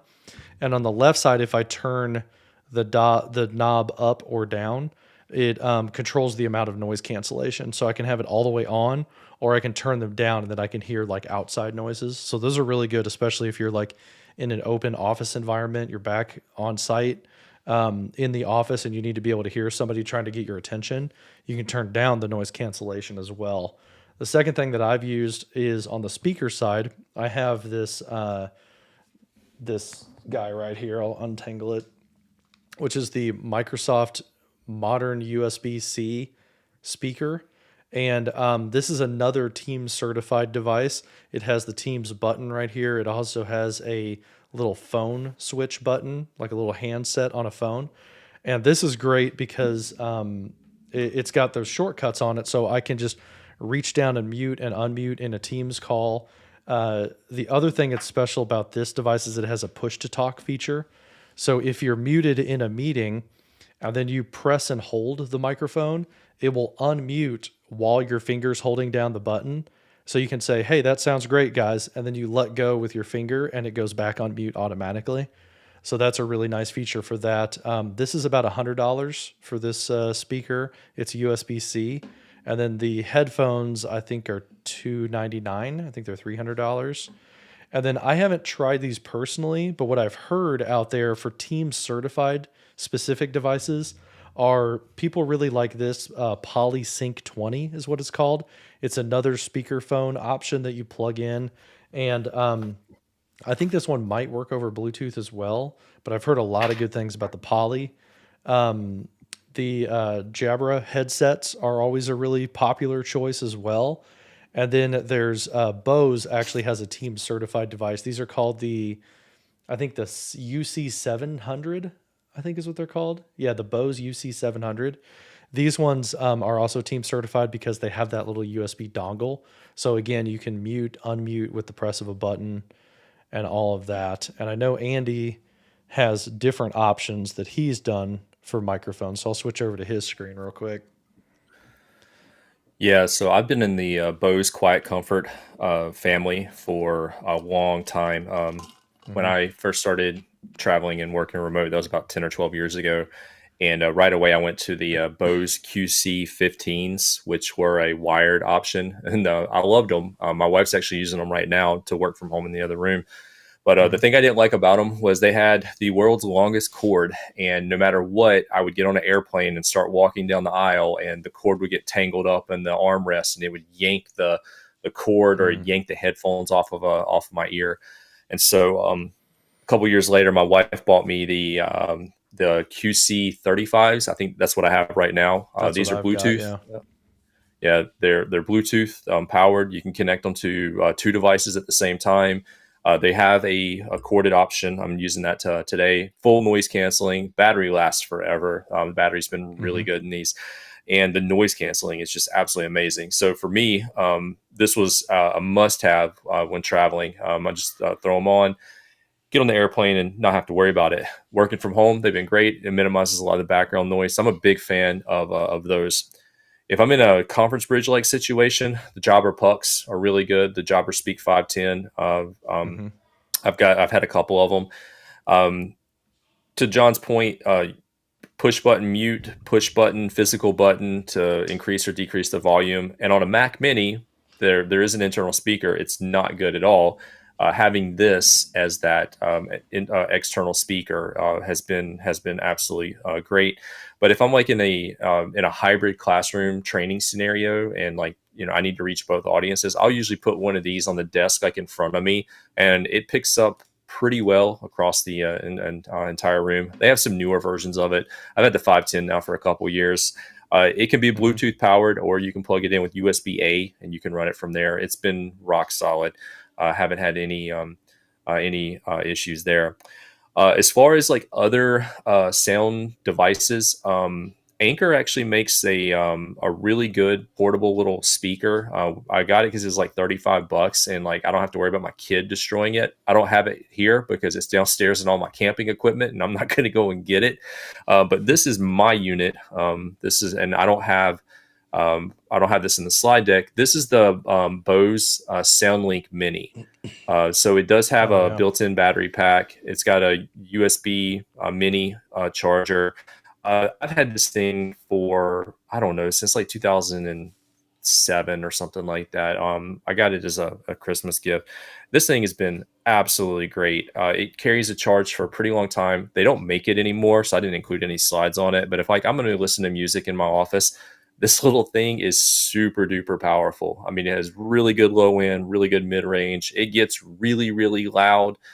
There's a couple Mm-hmm. of different ways to charge it. It's really heavy. If it doesn't work, you can throw it, make a good brick. But I've had really good luck with that. Outside of that, I don't do the only other speaker thing that I have, and the thing that I can't live without, is the Oh yeah. AirPods. Yeah. Um, I don't use these with my computer, but this is all I use with my iPhone and my iPad. Yeah, these are I use it always in my pocket. everywhere. Yeah, they're Mm-hmm. always in my pocket. They're always charged. They charge pretty quickly, but I use them everywhere. I use them on my Apple TV. I use them on my computer. I use them on my iPad. I use them Mm-hmm. my iPhone. I'm a huge fan of the AirPods. They're great. They just stay in my pocket. Right. I don't even carry my car keys anymore because these are usually in my pocket. I used to just throw the car keys in the center console and go. But like Mm-hmm. I can't live without these because kids and dogs and travel and everything, and the spatial audio stuff they did in it is great. So like watching a movie, I'll sometimes use these to watch a movie, but the AirPods just connect to the Apple TV a little bit better, and like I can watch it at like whatever ear shattering level that I want, and not have to worry about it. So AirPods for the win. Mm-hmm. We got Aaron Dominguez. If I move this over a little bit, yeah, she's a big Bose fan as well. So she uses the USB link, and then uses the Surface headphones for Teams meetings on the Cerner device. So, but yeah, I'm the same. Like anything Apple, I'm using my AirPods. I used to use the Bose QC35s, so I've got the same ones as you, but mine are silver. When I got the Surface headphones, I ended up giving my Bose headphones to my wife, and she uses them downstairs in the basement now for doing woodworking stuff.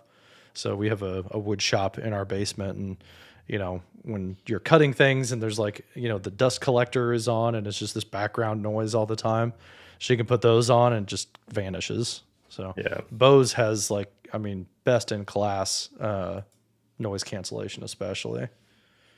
I've been really happy with them, and they're really comfortable. Like we wear them here and do a 2-hour live stream. I don't even notice they're on my head half the time. Yeah, I really liked the shape of the ear cups for those ones for sure.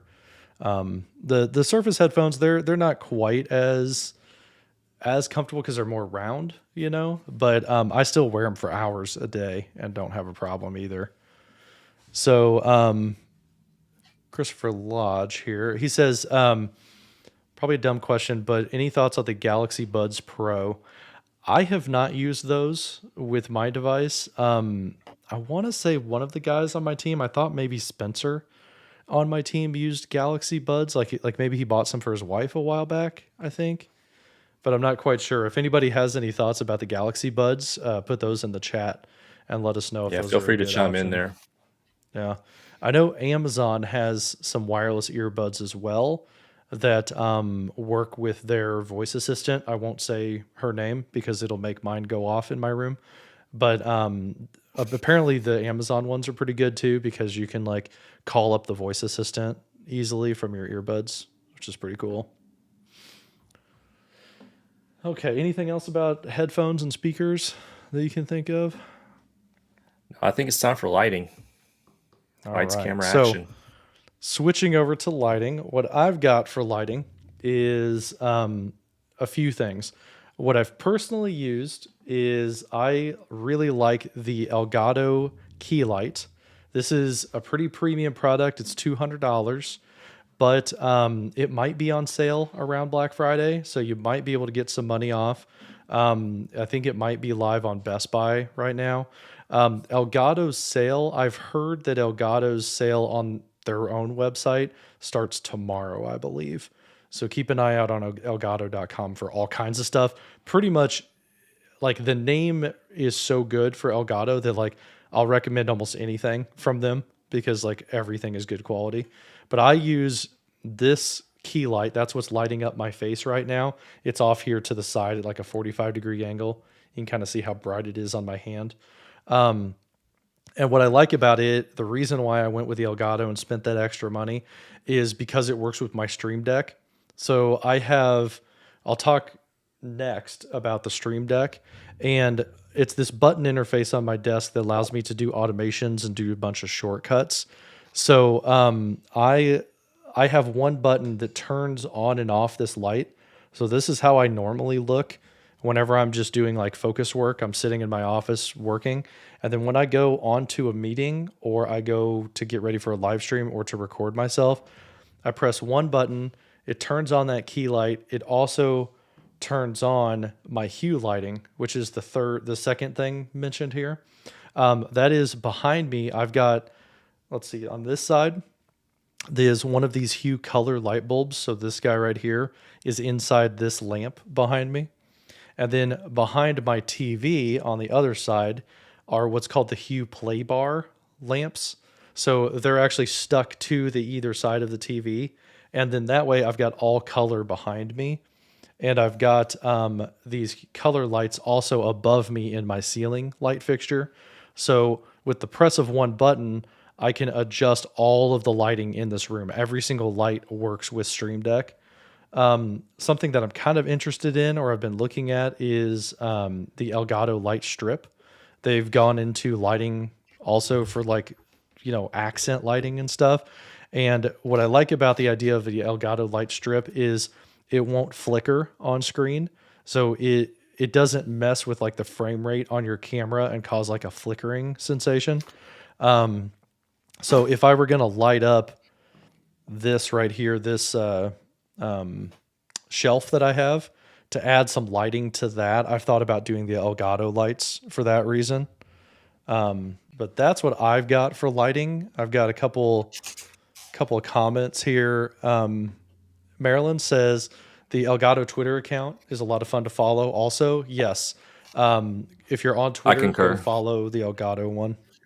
That's where they're going to announce their sale. Apparently, they sent out a newsletter for their sale earlier, like last week at some point, and I missed it. So that's what I'm bummed out because I wanted to see what they had for sale before this live stream, and I missed it on the thing. Cole says he got his mom the Galaxy Buds and she loves them. So there's an endorsement from Cole Johnson that the Galaxy Buds are good. Erin says that she has the Keylight Air, which is the smaller version, and it works good for her. So it's $122 on Amazon right now. So it's also on sale. I think it's normally $150. And the Keylight Air is a smaller version. It's on a stand that sits on your desk. So it's like on a base. Mine, the Keylight, the big Keylight, has a clamp that clamps onto your desk. So there's a little bit of a difference there. But the Keylight Air is also a really good option. They just have like really good soft light as well. John Ernst says he really recommends the Philips Hue lights. The color lights are great for adding some ambience to your setup. Yeah, I've also done the Hue app as well. They do like a color loop.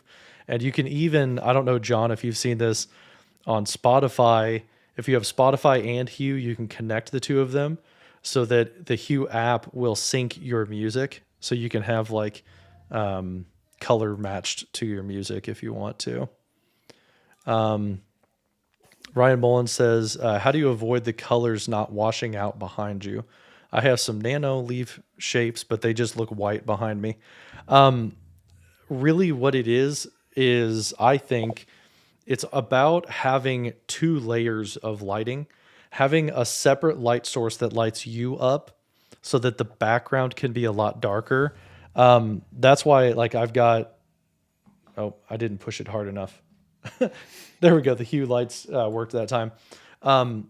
When it's just normal, like these are a little bit brighter in the background, and then my ceiling light is on 100%, but I'm really dark right now. So if I press this button, it lights me up separately, and these are actually dimmed to about 25% brightness. So I have a much darker background than the foreground. So I kind of pop off the background a little bit. It adds some depth. That wall's about 15 feet behind me. It's like a 15-foot room. But that kind of helps with not washing out the colors to have it a little bit darker tone. I also have them on really, really bold colors. So it's like a bright, bright pink and a bright, bright blue. So it adds a little bit more like saturation to it. But yeah, that's what I've got for that. What do you have on your list, Andy? So just like you, I have the Elgato key light. I actually have two of them. I've got a key here, and then I've got a one just off to the angle over here. I really, really like them with one small gripe, and I'll show you this live. All right, so I'm going to go up here to my Elgato control center. So you see one light is there as I'm talking. Now you see two. As I continue to talk, it's going to drop off. These use the 2.4 Wi-Fi network. And this is the third computer that I've had this issue with. The control center just connects to the network and then disconnects. I've tried a bunch of different things. Scott Hanselman from Microsoft, he had a similar complaint, and so he figured out how to drill down into the Windows operating system and find out the device, and he was able to hard code it to his router, and that helped. I'm on Apple, and I haven't figured out how to do that yet. That's my big complaint, is that it just constantly drops. So like I've got it on my Stream Deck and I can see it, but it flashes on, it flashes off like constantly. That being said, I love it because I can change the color. So I can make it cooler, I can make it warmer. I have control. I can make it way brighter when it works. I can tune it down whenever I need it. But I love those for the key light and the side lighting, and they work with the Stream Deck, which is great. There's even a mobile app that they work with as well, and when they connect to the network, you can see them on that. So I'm a big fan of them. I just wish they worked. The control center was better, or I wish I could control them via Bluetooth, and I really wish I could control them with HomeKit. So the next thing I'm going to show you is my background light, and you can barely see it. It's kind of like right above my shoulder, like right there on the right. I've actually got a company called LifeX. You can find their lighting through Best Buy and places like that. I went with this because it's way more affordable than the Philip Hughes strip lights, and they were rated really good. I got a few of them. They connect through Wi-Fi as well, but they are really stable, and they also connect to HomeKit. So I can literally walk into my office and just say, "Hey, person, turn on the office lights," and they just come on. But the cool thing about it is all the different things that I can do with it. So I get complete control of what the strip looks like. I can make it brighter. I can make it, less bright. They come like packages, so you can just, switch off one of these. You can even go to a solid light if you like. But one of the really cool things is the stuff on the homepage here. There's some different animations, like a color cycle, so it just rotates through. You can create an animation, a flicker effect. There's all these visualizations built in. You can connect it into a scene.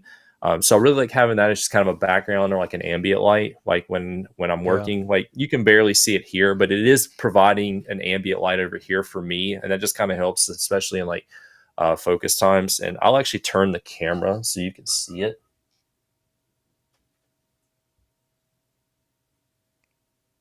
Oh yeah, there we go. Yeah, so I just have my my little shelving system over there kind of lit up on it, and then like I can go through and if I want to do like a color cycle, I can turn on the color cycle and it'll scroll through. Or if I want to do like a move option, it'll just start kind of drilling through. And then if I want to go back to a scene, cool that it like paints, down the strip different colors. With the hue, at least what I've had in the past is the hue strip was all one color for the LED strip. I think the newer ones might have like more color options, but is that one of those like tape on strips? So like it's flexible, or is that a light tube that's like rigid? it's a strip. It's a tape on strip. I didn't tape it though. Right now I've just got it. I've got it wire tied to that shelf. That's the Container Store shelving unit. I've got two of them in my office. I love them because they're wall mounted and I can mount them up pretty high. And then like I've got a sitting area like underneath that. But that's kind of the background ambient light for me.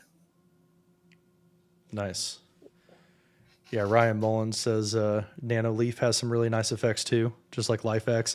Yeah, it's when I first started with all of this, it was really Hue was about the only one that worked with the Stream Deck. Now there's plugins for LifeX, for Nano Leaf, for a bunch of other stuff. So yeah, I've been thinking about some other options like that. Because the Hue stuff is really expensive out there. If you can find, and I've had some flickering too, which is frustrating. Yeah, if you can find the LifeX, it's actually really affordable price compared to the Hue stuff, and it doesn't require a hub. There's no center hub necessary for it. It works without the hub.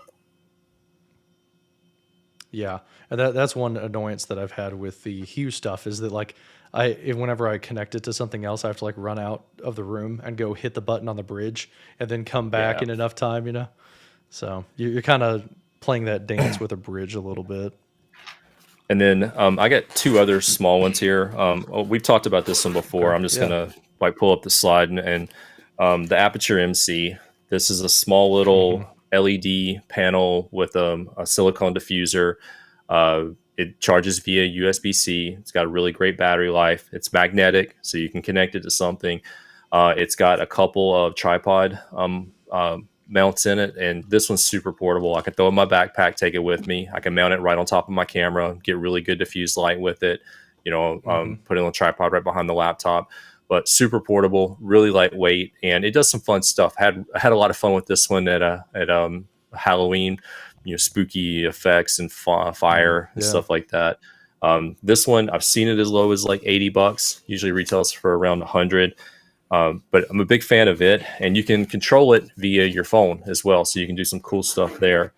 And then another one, my wife and I swear by these little guys. So this is an Alki. You can't find it on Amazon anymore because they kicked the brand off of Amazon, but they still have a website, and you can still buy them through their website. Yeah, they kicked Alki and Rave Power and like 2 other ones off for violation of review terms.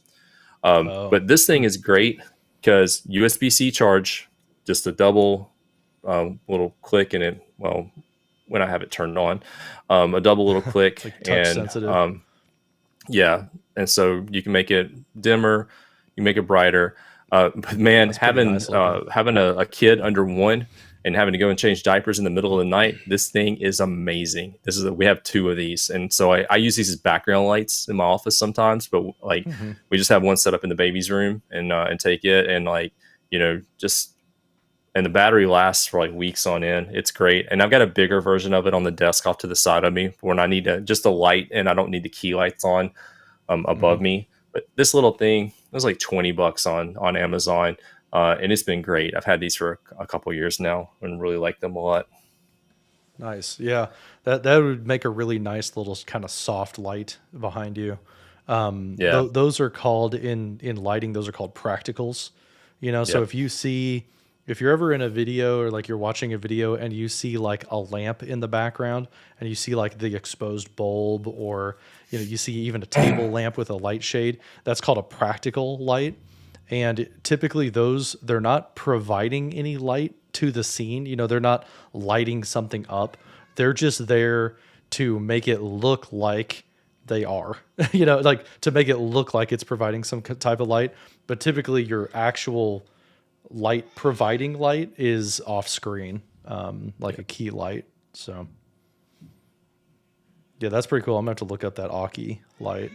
Yeah. Anything They've got else about lighting? a few different ones. No, I think we're good there. Okay. So I've got 3 more categories here. And we kind of get more generic as we get to the end, which is, yeah, I can hear my 3-year-old yelling again. He's like, it's lunchtime. So there he is knocking on the door. The general home office, these are kind of things that don't really fall into another category for me. And what I've got on the list of things that I recommend are the Elgato Stream Deck. So I have the Stream Deck XL, which is 32 buttons. It does all kinds of amazing stuff. Probably everybody who's watching today has seen what the Stream Deck looks like or what it can do. But just to show you what mine looks like for this live stream is I have a profile set up that has all of these scenes. So whenever I'm switching back and forth between like our side-by-side scene, or if I show Andy's screen or my screen, those are all with the press of a button. And then if all hell breaks loose, I can click "We'll be right back," and it goes to like a little like screen that doesn't have our microphones on it. I can see how many people are watching this live stream. I can bring up, by pressing like those little folder buttons, I can bring up the little flags that say, our Twitter accounts and stuff. Really, really handy for all kinds of stuff. What I've got whenever I get to the software side of things, the very last category, is I also have this bottom row, which helps me with presentation stuff. And this one controls that lighting. So that's my button that turns my light off, turns my light back on. This one is a button that I press to annotate my screen. So I can press that and I can like start drawing on my screen. This button right here is what turns on that cursor highlighter. And then I have another button that shows keyboard shortcuts. So if I do a keyboard shortcut in the middle of a demo, it will display what those keys are on the screen. And then I have another one down here, which is a little picture-in-picture video camera. So I can have like a little picture-in-picture from my local webcam.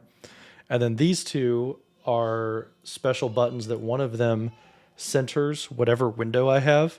So if it's like the window's kind of off, I can click that button and get it right in the middle of my monitor. And then the other one is if I have like this is kind of down in the corner, I can click maximize and it just makes it full screen for me. So those are handy if you do a lot of demos. Having buttons on hand like that are really, really good to have. The next thing I've got on my list is a standing desk.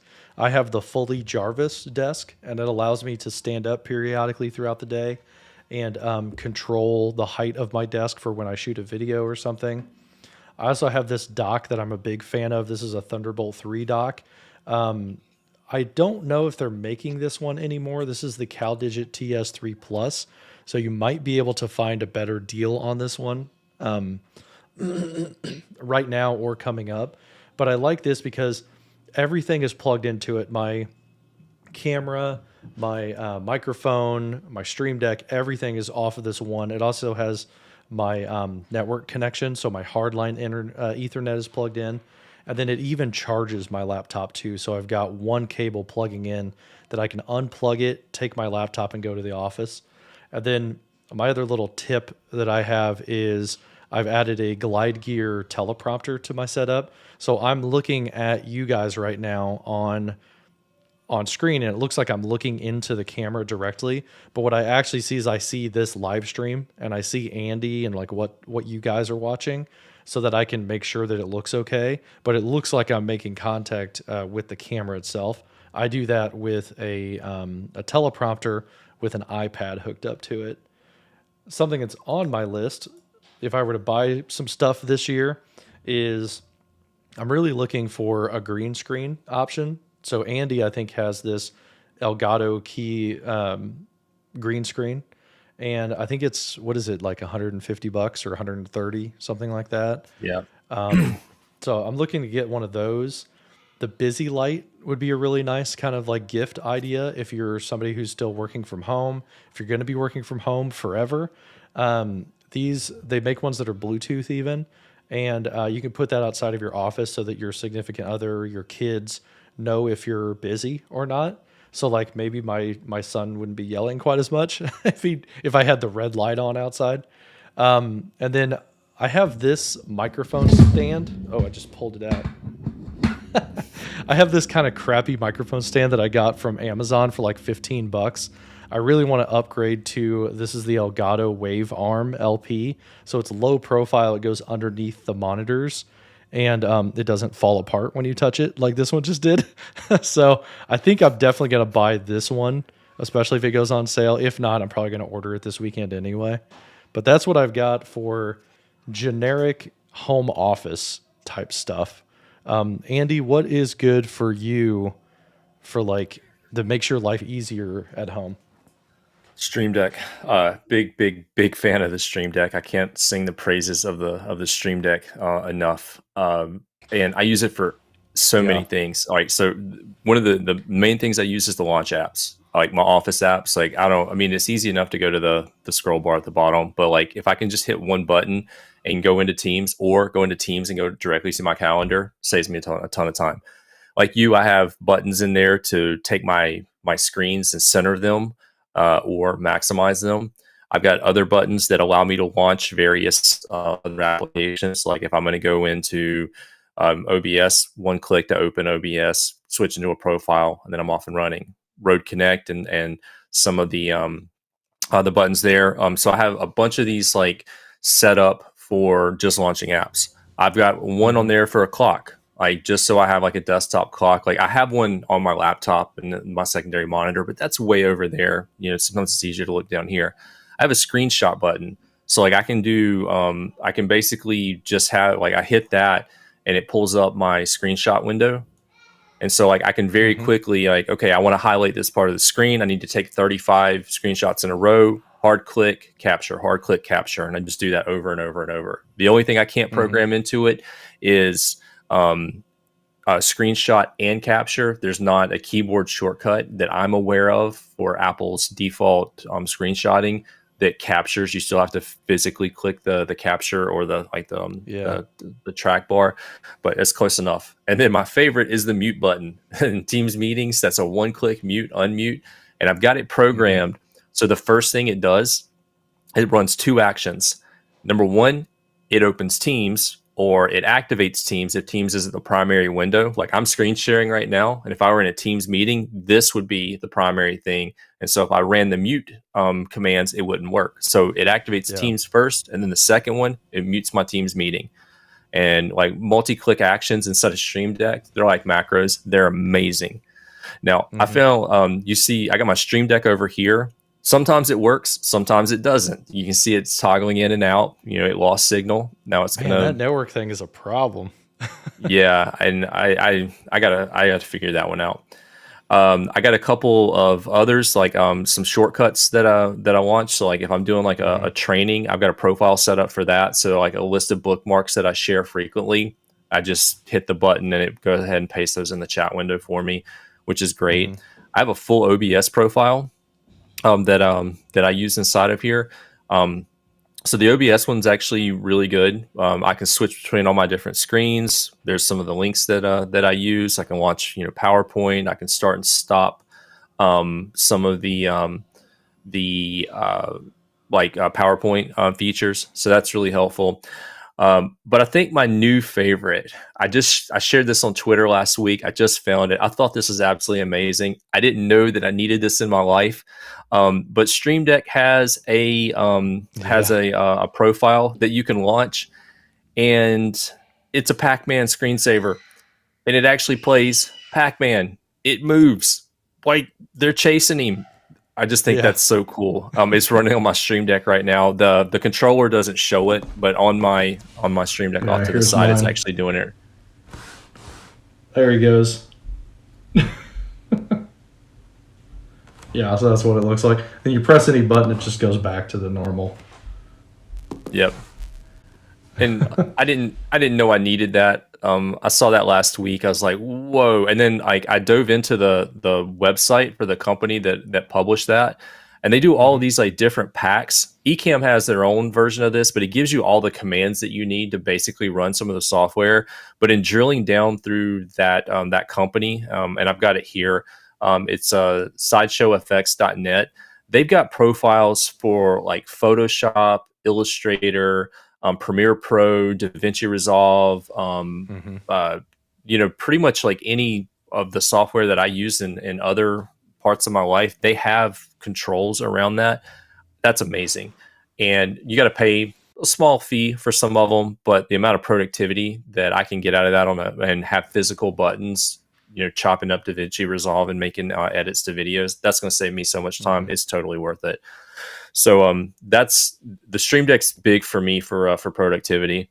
The other couple of desktop things that are huge for me, I'm moving back and forth between a couple of different computers at any point during the day, just depending on what I'm doing. Sometimes I'm doing a demo and I'm logged in and presenting here, and then I have a demo user and I'm using it off to the side. The Logitech MX Keys keyboard allows me to switch via Bluetooth up to 3 different computers with a push of a button. So up in the top corner here, you got profile 1, 2, and 3, and it moves seamlessly between the different computers. It's great. And the MX Keys is very comparable to the the Apple Magic keyboard or the default keyboard that they use on the Mac Pros. So very similar feel. This one's specifically for Apple devices, so it has some keys that are specific for Apple on it.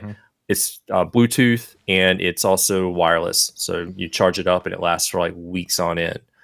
Another one for me that I can't really live without is the MX Master. I love the touchpad. It's great, but I also feel like I'm developing some carpal tunnel from years of doing this. The MX Master 3 for Mac is amazing. That little scroll wheel, you can unlock it and you can just spin it and it will go for days. My only thing about that is if you move the mouse cursor from one window to another, it's going to keep spinning when it gets to the other window. So you might blast through a PowerPoint presentation when you didn't mean to. Yeah, and Jamie that Laporte, one you can. Do you follow her on Twitter, Jamie Laporte? Yeah. She posted like, "Hey, who uses clicky mouse wheel versus like free spin, and everybody said clicky except I responded and said that I use free spin. But I've had the Nope. same thing where like I like it as like a fidget spinner. Like I kind of sit there and spin it all the time, but I'll mouse over to Twitter and I'll blow through like 500 tweets instantly because it just Yep. like just scrolls like super fast. Yep. No, It's an I'm a awesome free mouse though. I spinner. love the MX Yeah. Master 3. And you can use the side wheel, the little side guy right there. You can use that when you're working with timeline editing in like a DaVinci Resolve, which is great. Yeah. My only complaint is that to switch devices, it's on the bottom. Yeah. And maybe I'm just doing it wrong, but like I like being able to move back and forth between a couple. And then on those same lines, I have yet another one that I use. This one only connects to two at the same time, but it does allow you to tilt, so you can go flat with it or you can tilt it.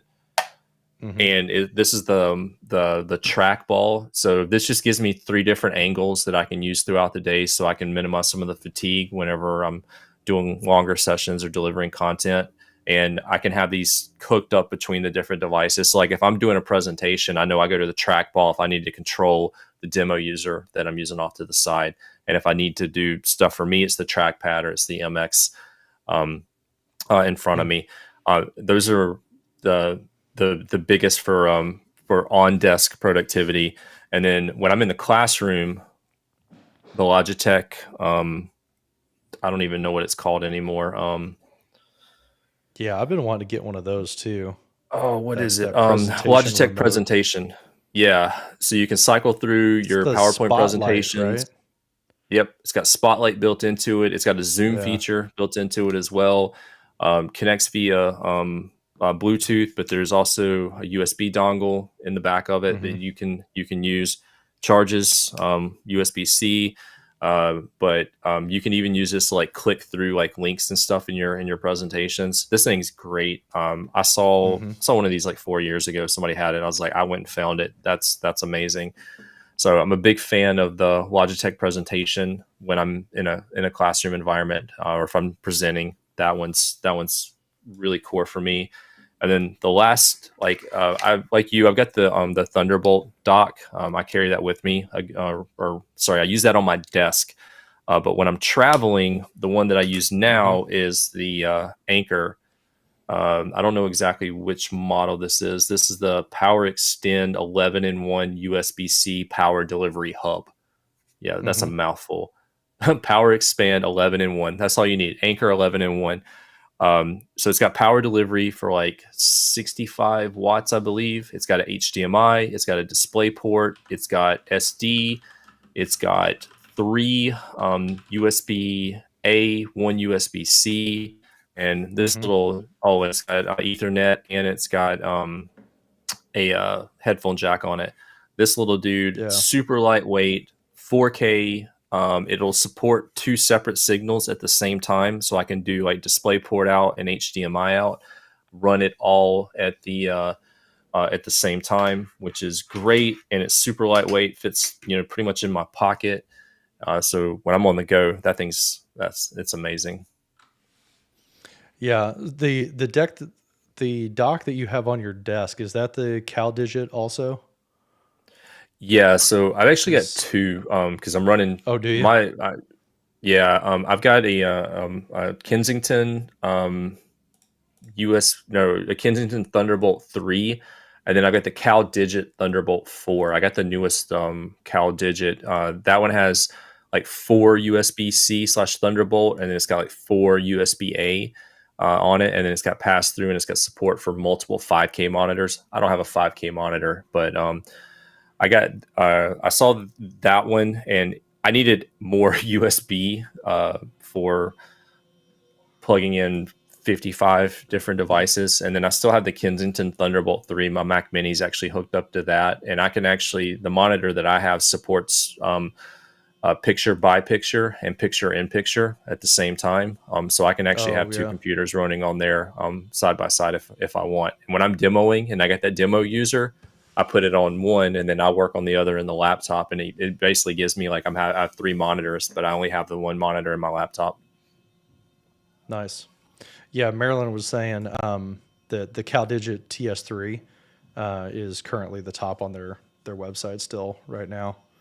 I want to say they're coming out with some kind of a Thunderbolt 4 probably. But I have the TS3 and it's got those 15 connections, which is really good. I That's a just nice looking pulled up monitor. my monitor so we're talking about desktop. This is the monitor I've got, the Dell 40-inch. It's the U40 21QW. It's a actually it's a 5K. It's a 5K by 2K monitor, and it actually supports multiple inputs. So there's there's a Thunderbolt 3, and then there's a couple of display ports and HDMI's, and it can feed signals from all of them at the same time. I did not pay what the website has. I got really lucky and got a really good deal on it back at the beginning of the year. And I've been putting it through the paces. It took a while to get used to 5K resolution, but now I've gotten used to it. And like from a productivity standpoint, it's been really, really good. And it is curved, so I don't have to like turn my head a whole bunch. It's not curved so much that, it feels like you're wrapping around, but it's been really, really good. I've always had Dell monitors, and so that's my secondary, but I got it for the dual input, and the Logitech stuff helps with the switching inside of there, which is really great. Yeah, and that's a 40-inch, you said? Yep. Yeah. I'm running the 34-inch Dell. Mine's about 3 years old now. It's a 34-inch curved ultra wide, and it has HDMI and DisplayPort. Like 1 year newer would have had USB-C, So, but it's one of those things. It's like it's not worth upgrading yet. But yeah, I see you're bringing up the chairs. So Angel and Cole both asked like, "Hey, what chairs do you guys use?" So I'll let you go first because you've got a better setup than me. Yeah, I'm using the Herman Miller Arion chair. This chair is great. Mine's a little squeaky because mine is a gently used refurbished model. If you shop around, you can save $1,000, if not more, on one of these. Like an office liquidation type thing. Yep, an office liquidation or clearance. I've got a friend here in the Carolinas, and he finds these things for fun, refurbishes them, and then sells them. He gave me a really sweet deal on mine. I'm not going to lie, but this chair has been absolutely great. I don't get any back pain anymore. It's got a mesh back and a mesh bottom, so I don't get too hot whenever I'm sitting in it. I need to kind of take it apart and grease it up a little bit. I actually changed the wheels on it as well. I've got rollerblade wheels on the bottom of it. There's a couple companies that make them on Amazon. Yeah, I need my to do carpet's that a to little mine. plush, and the rollerblade wheels definitely help. And they don't get, or mine don't get flat, which is great. But as far as like chairs go, I've had 2 chairs in 20 years, and I really liked my other chair. But this one is way more comfortable because I'm basically sitting on mesh all the time. And I would suggest, if you can, look for one of these. There's a number of places that sell them like refurbished, and a number of places that sell them like reconditioned. You'll save a ton of money if you do that, but just look for an office liquidation. Offices buy these things by the truckload. I've seen them unloaded for like $150. Yeah, that's what I need to do, something better like that. This is what I'm rocking. It's from Staples. It's the Flex Fit Hiking. And I do not recommend buying this chair. It sucks. It's $190. And I like that it's mesh. Like it keeps my back from getting too hot, but it's too small for me. Like the back of the chair is just like, it's for a smaller person. And then especially the headrest on the back of it doesn't go high enough, and it pushes my head forward. So since for months now, I've been experiencing back and chest pain. And I've to the point that I went and got like a stress echo done at a cardiologist. I've seen my primary care physician, and he felt my back and immediately was like, yeah, you have bad posture. Like you've got back problems, back and neck.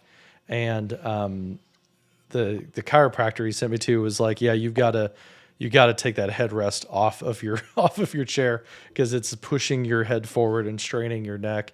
So I don't recommend this chair. I'm in the market for something like a Herman Miller chair because I need to get something that kind of fits me a little bit better. Hossein on the stream here says that his Secret Labs chair is amazing. I have seen a lot of good things about Secret Labs because they've got a lot of like really cool looking options and all of that. I Just personally pulled like up the their mesh website and they've got a type of pretty big sale chairs. going on. Oh, do they have a good sale? Secret Labs or Secret Lab. Yeah, Secret Lab. No S on the end of it. Yeah, they've got. Yeah, I'm searching from the United States. It like took me to the Chinese version, I guess. Yeah, up to $150 off for their Black Friday sale. So, yeah, they've got some nice looking chairs as well that feel a little bit more like a racing seat or or like a gaming type of a chair. But Oh, I didn't know we were yeah, going to I'm in bring the that into market the for that. conversation. Well, like I didn't gaming know. I chairs. didn't know we were going to do. Yeah, like gaming. I got or years ago, I bought the Logitech race wheel for the PS3 slash PS4, but I don't have that set Yeah, up on the current desk. I've been meaning to do that for this like this. for the setup. I just haven't had a chance yet. Yeah. This is what I'm rocking. So I've got the wheel and everything. Oh, nice. It's kind of hard to hear me now because I walked away from my microphone. Yeah, that's what I've got. Since Forza 5 came out, I've got the Xbox sitting on the floor with my TV, and I bought a chair for my Logitech wheel, so I can like sit in the chair, and it's got like it holds the pedals and everything like just perfectly. So I've been messing around with that. That's a comfortable chair. I should just sit in that all day There instead. you go. Yeah. Hey, can you bring my screen up one more time? Yeah. So Yeah, there you you go. mentioned the desk earlier, and I know a couple of people had some questions out there. I use the uplift desk, and I'm a huge fan of it. I've had really good results with it, but this is one I have. I've got the uplift corner standing desk, so it's got that little L shape, and mine's actually positioned the other way. This one is the opposite of mine. Mine's curved on the other side there. I've been really happy with it because it goes up super fast and it gives me the ability to put my camera far enough away and still have a workspace in front of me and still have room for like other stuff on the desk. So it's actually Yeah, that's been nice. really good. Yeah, this is the setup I have. The left side. Hold on, I got to look at it. Yeah, I got the left side extension. So like my monitor is like in this corner over here. My camera's behind it. My laptop's right here. I got my key lights mounted on both sides, and then I still have a working station over here that I can use. And then you get the 4 memory programmable setup. And like John said, being able to like have the desk go up and like do cameras and stuff. I'm just gonna let it go.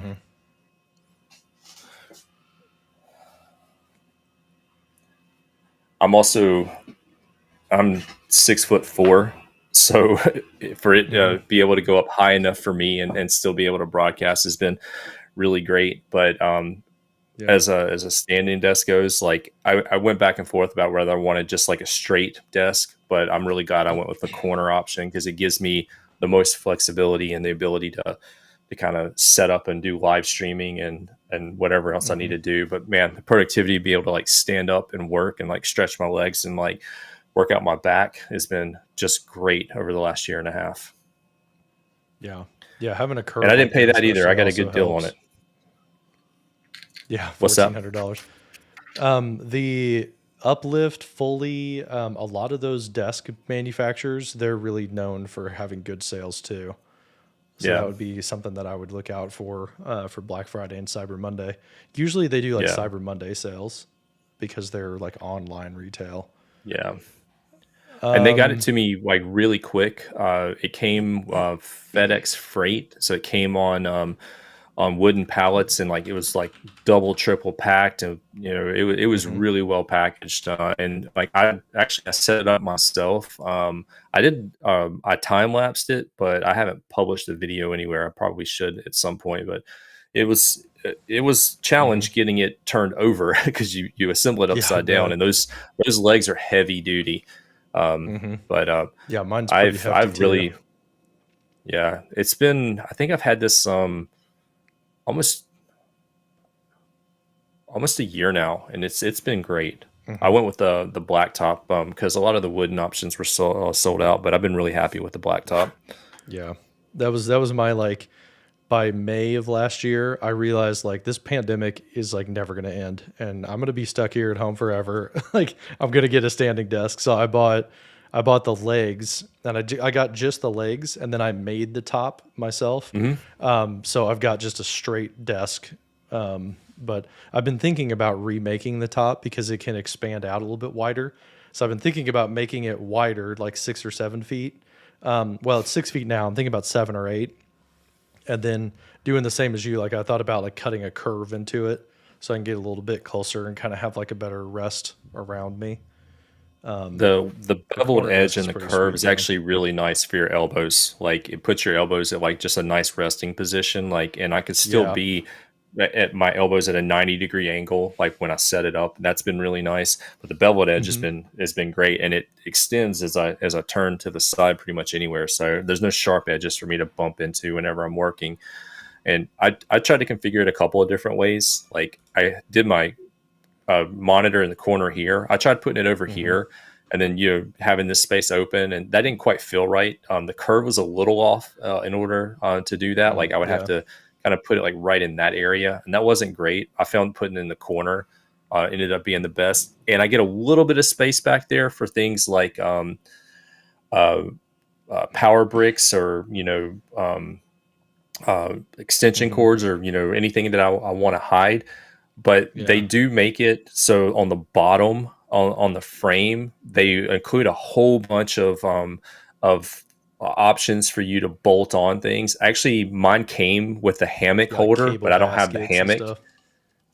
Yeah, you can do cable baskets, and they do include some cord organizers and things like that. But they have a Yeah. hammock adapter, and you could put a hammock underneath the desk, and Hmm. like it'll hold you. Like this thing will hold like 500 pounds. Like I sat on top of it and Yeah. let it raise me up and down a couple of times. I was a little That's what nervous, but it worked. I've seen. This one does that too. They sell like hammocks and stuff. Yeah, and the frame's super strong. Yeah. Yeah, so I'm a Yeah. big fan Definitely of it. recommend a standing desk. Yeah. Yeah, Hussein said he really recommends that Secret Lab desk. He got the Batman version, which looking on their website is it's on sale for 469 for the Batman edition. And Okay. then Erin Dominguez, she's from Iowa. She said that she got a Han chair. So from up in that area, which looking at, I wonder what their prices are. They're probably like Herman Miller price. Yeah, list price is like $700, $1,000. So yeah, I was saying so the price has gone up a little bit since he got his Secret Lab. Yeah, I want to say they used to be like 399, maybe 350, and they've gone up a little bit in their popularity. I can tell you, So just like long term, like working from home, the best thing you can do is to make sure hmm you take care of your back. And if you're in an uncomfortable chair, or you don't have the option to stand up all day, hmm you're going to pay for it long term. So I would recommend, if you're going to put money into anything, put it into what's going to help you be comfortable while you're working from home, hmm and putting it into your chair or putting it into like a standing desk. And you don't have to go to top of the line. You can go refurb. You can find things on clearance warehouses. You can do like John did. You can buy the legs. Most of these companies sell just the so legs, it's and just you the can put whatever legs. top Yeah. you want on it. You can go to Home Depot and you can get a Husky tabletop pretty cheap, and you can Yeah. go and attach your own legs to it, and there you go. You got a standing desk. All you need is a drill and a couple of bolts, Or an and they'll IKEA they'll send countertop. the yeah an Hmm IKEA countertop. Like there's a ton of options. but I would recommend the chair for sure. And Yeah. like the Herman Miller ones, if you buy it from them new, I think there's like what, a 25-year warranty or something on that. Like, Really. I mean, it's ridiculous. And you can get certified parts, replacement parts for it. So they support these things for a long time. And I know a lot Mhm. of our friends in the community swear by them. That's why I ended up getting one. But my friend found one and got it ridiculously cheap. So shop around, Yeah. try to find a Yeah. warehouse or That's what something. I need to look for. Yeah, Angel says a butcher block. Yeah, those make really good desktops. Nice thick Yeah. butcher block tops. They make good workbenches too. That's what I've done in the past. um, cool. So the next category I've got is kind of back to the office stuff, or like stuff that we Yep. use for travel. You want to kind of transition that way, or do you have some more I, home office ideas, no, I think we kind of knocked that one out. like stuff that And you I, keep in your backpack? Yeah, so I don't have some slides for all of this, but I'll show you a Hmm. couple things that I keep. Like a lot of this I keep in my backpack when I'm on the go, but a few Yeah. things that are super helpful for me. The anchor thing, like that thing's just great, Yeah, the 11 little in one. dock. Yeah. An SSD. I saw the Samsung T5 SSDs were on sale last week. So check out a deal for those this week. You can get some pretty large sizes, and you can save a pretty good bit. This one was like a 2 terabyte, but it was like $50 off or Hmm. something. And it's SSD through USB-C, so it records super fast, or reads and writes super fast depending on what you're doing. Always Hmm. have one of those with me because you never know when you're gonna have to transfer content. And then some other things that I keep in my backpack, like when I'm traveling, um, and I can't live without it. My iPad, and this is kind of my wish list iPad, the new M1 Pro. Hmm. After experiencing the Elm chips, I really want that. I have like an Air 3, iPad Air 3, and it's been great. I got the Yeah. Apple Pencil. Using that on travel and planes has been awesome. But you can use it in a classroom environment as a second screen. You can use Sidecar, and you can make it a second Hmm. monitor if you need. It's also, I can share it using QuickTime, like I did my phone earlier, and I can do a whiteboard on there, or I can play a video or something on there and have that like come through. So it's a secondary computer. That's been really, really helpful. But this is kind of a wish list item for me. And then we're talking about stuff in the backpack. Hmm. I'm a gadget geek, so this one's been really big for me. Actually, I took it camping with me this weekend. It's pretty awesome. Yeah, I used This to is the have one of those, the DJI original model. Osmo Mobile. Yeah, this it's a gimbal for your phone. You can Hmm. see here. You can it just gives you a steady shot, but the app is what really sets it off. You can pre-program like paths. You can, hey, take a Hmm. panoram for me, and it'll be a perfect panoram. Or track this person, and it'll lock onto a face, and it'll track that person as they're actually moving around. You can have it set to record, and then you can use it as an actual gimbal, so you can get stable shots. But you can stitch all the shots that you take together using some of the editing software, and you can create these little Hmm. mini movies that are like would take years of like production uh, to build up to. It's super lightweight. Batteries built in, recharges, lasts for a long time. Comes with a tripod. They don't make the 3 anymore. I got it a couple years ago. They're up to the 5 now. The 5 has a selfie stick extension in it, so you can extend it and turn it into a selfie stick. I just use the bottom of the tripod for that. Hit record, Yeah. hold it at arm's length, and then I'm ready to go. So that one's really cool. And the one that I have attaches magnetically. So I just put this on my phone, and it just attaches magnetically, and then it's ready to go, which is great. So I usually Yeah, have they that in made a my lot of good backpack. improvements over the. I used to have the Osmo Mobile 2, and I ended Hmm. up getting rid of it because it was like you put your phone in, you had to kind of crank something down. It didn't Yeah, fold in half, so it was very long. Since then, they've gotten a lot nicer because they're like yeah. way more compact, and like yours has the removable magnet on it. Hmm. Yeah, that might be something to explore again, is the Osmo Mobile. Yeah, I got it because the kids, but also like traveling. Hmm. I like to sightsee. I take a ton of pictures, and like I can also use that in a scenario where I can film myself. Like just put the auto tracking on me, step away, and then it just follows me as I move around the room, which is kind of cool.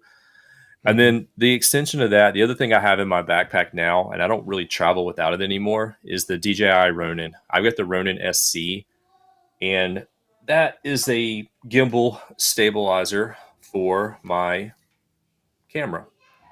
Hmm. So I've got my A6000 on there with my 18 to 105 zoom lens, f aperture 4. I've got the phone adapter, which is pretty much what they used on the previous mobile model, and that allows me to do face tracking with the gimbal. This is a mirrorless camera stabilizer gimbal. I've got a battery pack here. It's called the Juice Box, with a dummy battery Hmm. in the camera, and then I went ahead and got the small rig secondary adapter, so it's more stable when I hold it with two hands. I mean, I could hold it with like two hands like this, but it's all on one axis. Here, Hmm. it becomes more stable when I can spread it out across the two. And then I can just use the tripod if I want to just like set it on my desk. But I use this. I'm learning how to stream with it with the face tracking technology. So like I can set it on the Hmm. desk and I can move around the room. And it's like I'm in an actual classroom and I can walk around and I can Yeah. do things and free up my hands. That would be But super cool to also, have it follow you and also do HDMI capture. yeah, yep. And I've got an HDMI out, and it just runs to my Atom Mini. I don't Hmm. have it set up for today because I was doing some testing and stuff with it recently. But at its core, it's a gimbal and a stabilizer. So if I take it to a conference, Yeah. I'm now completely portable, and I can just put my wireless lavalier receiver on the top, have the lab Hmm. mic with me, walk up, have a conversation or an interview with someone, film something. The only thing that I wish that this supported is the DJI Raven Eye. The Raven Eye is a wireless HDMI transmitter. It doesn't work Hmm. on this particular model. I can use it for the HDMI part, just to get the signal. But if I had the newer version of the gimbal, the Raven Eye would also allow for full facial tracking without the phone mounted on top. So I could take that weight off Oh, of that'd the be gimbal convenient. and put it somewhere else. But the Raven Eye can be used for just HDMI transmission. And so, like, what I really want to get to is like, I go to like a conference and like I want to walk across the room and like work with people and talk and interact while we're doing like a workshop. I want to Hmm. take this with me, walk through selfie mode, or walk through the room that I'm in, interact with people, and have it all show up on the big screen while I'm not on the stage.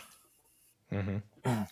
So that's the other thing in my backpack.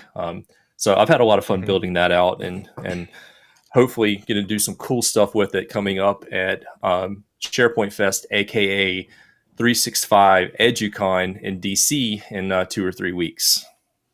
Yeah. Nice. Yeah, a gimbal would be really cool, like a full size gimbal. I've just got a little mini gimbal that I'll talk about in my backpack.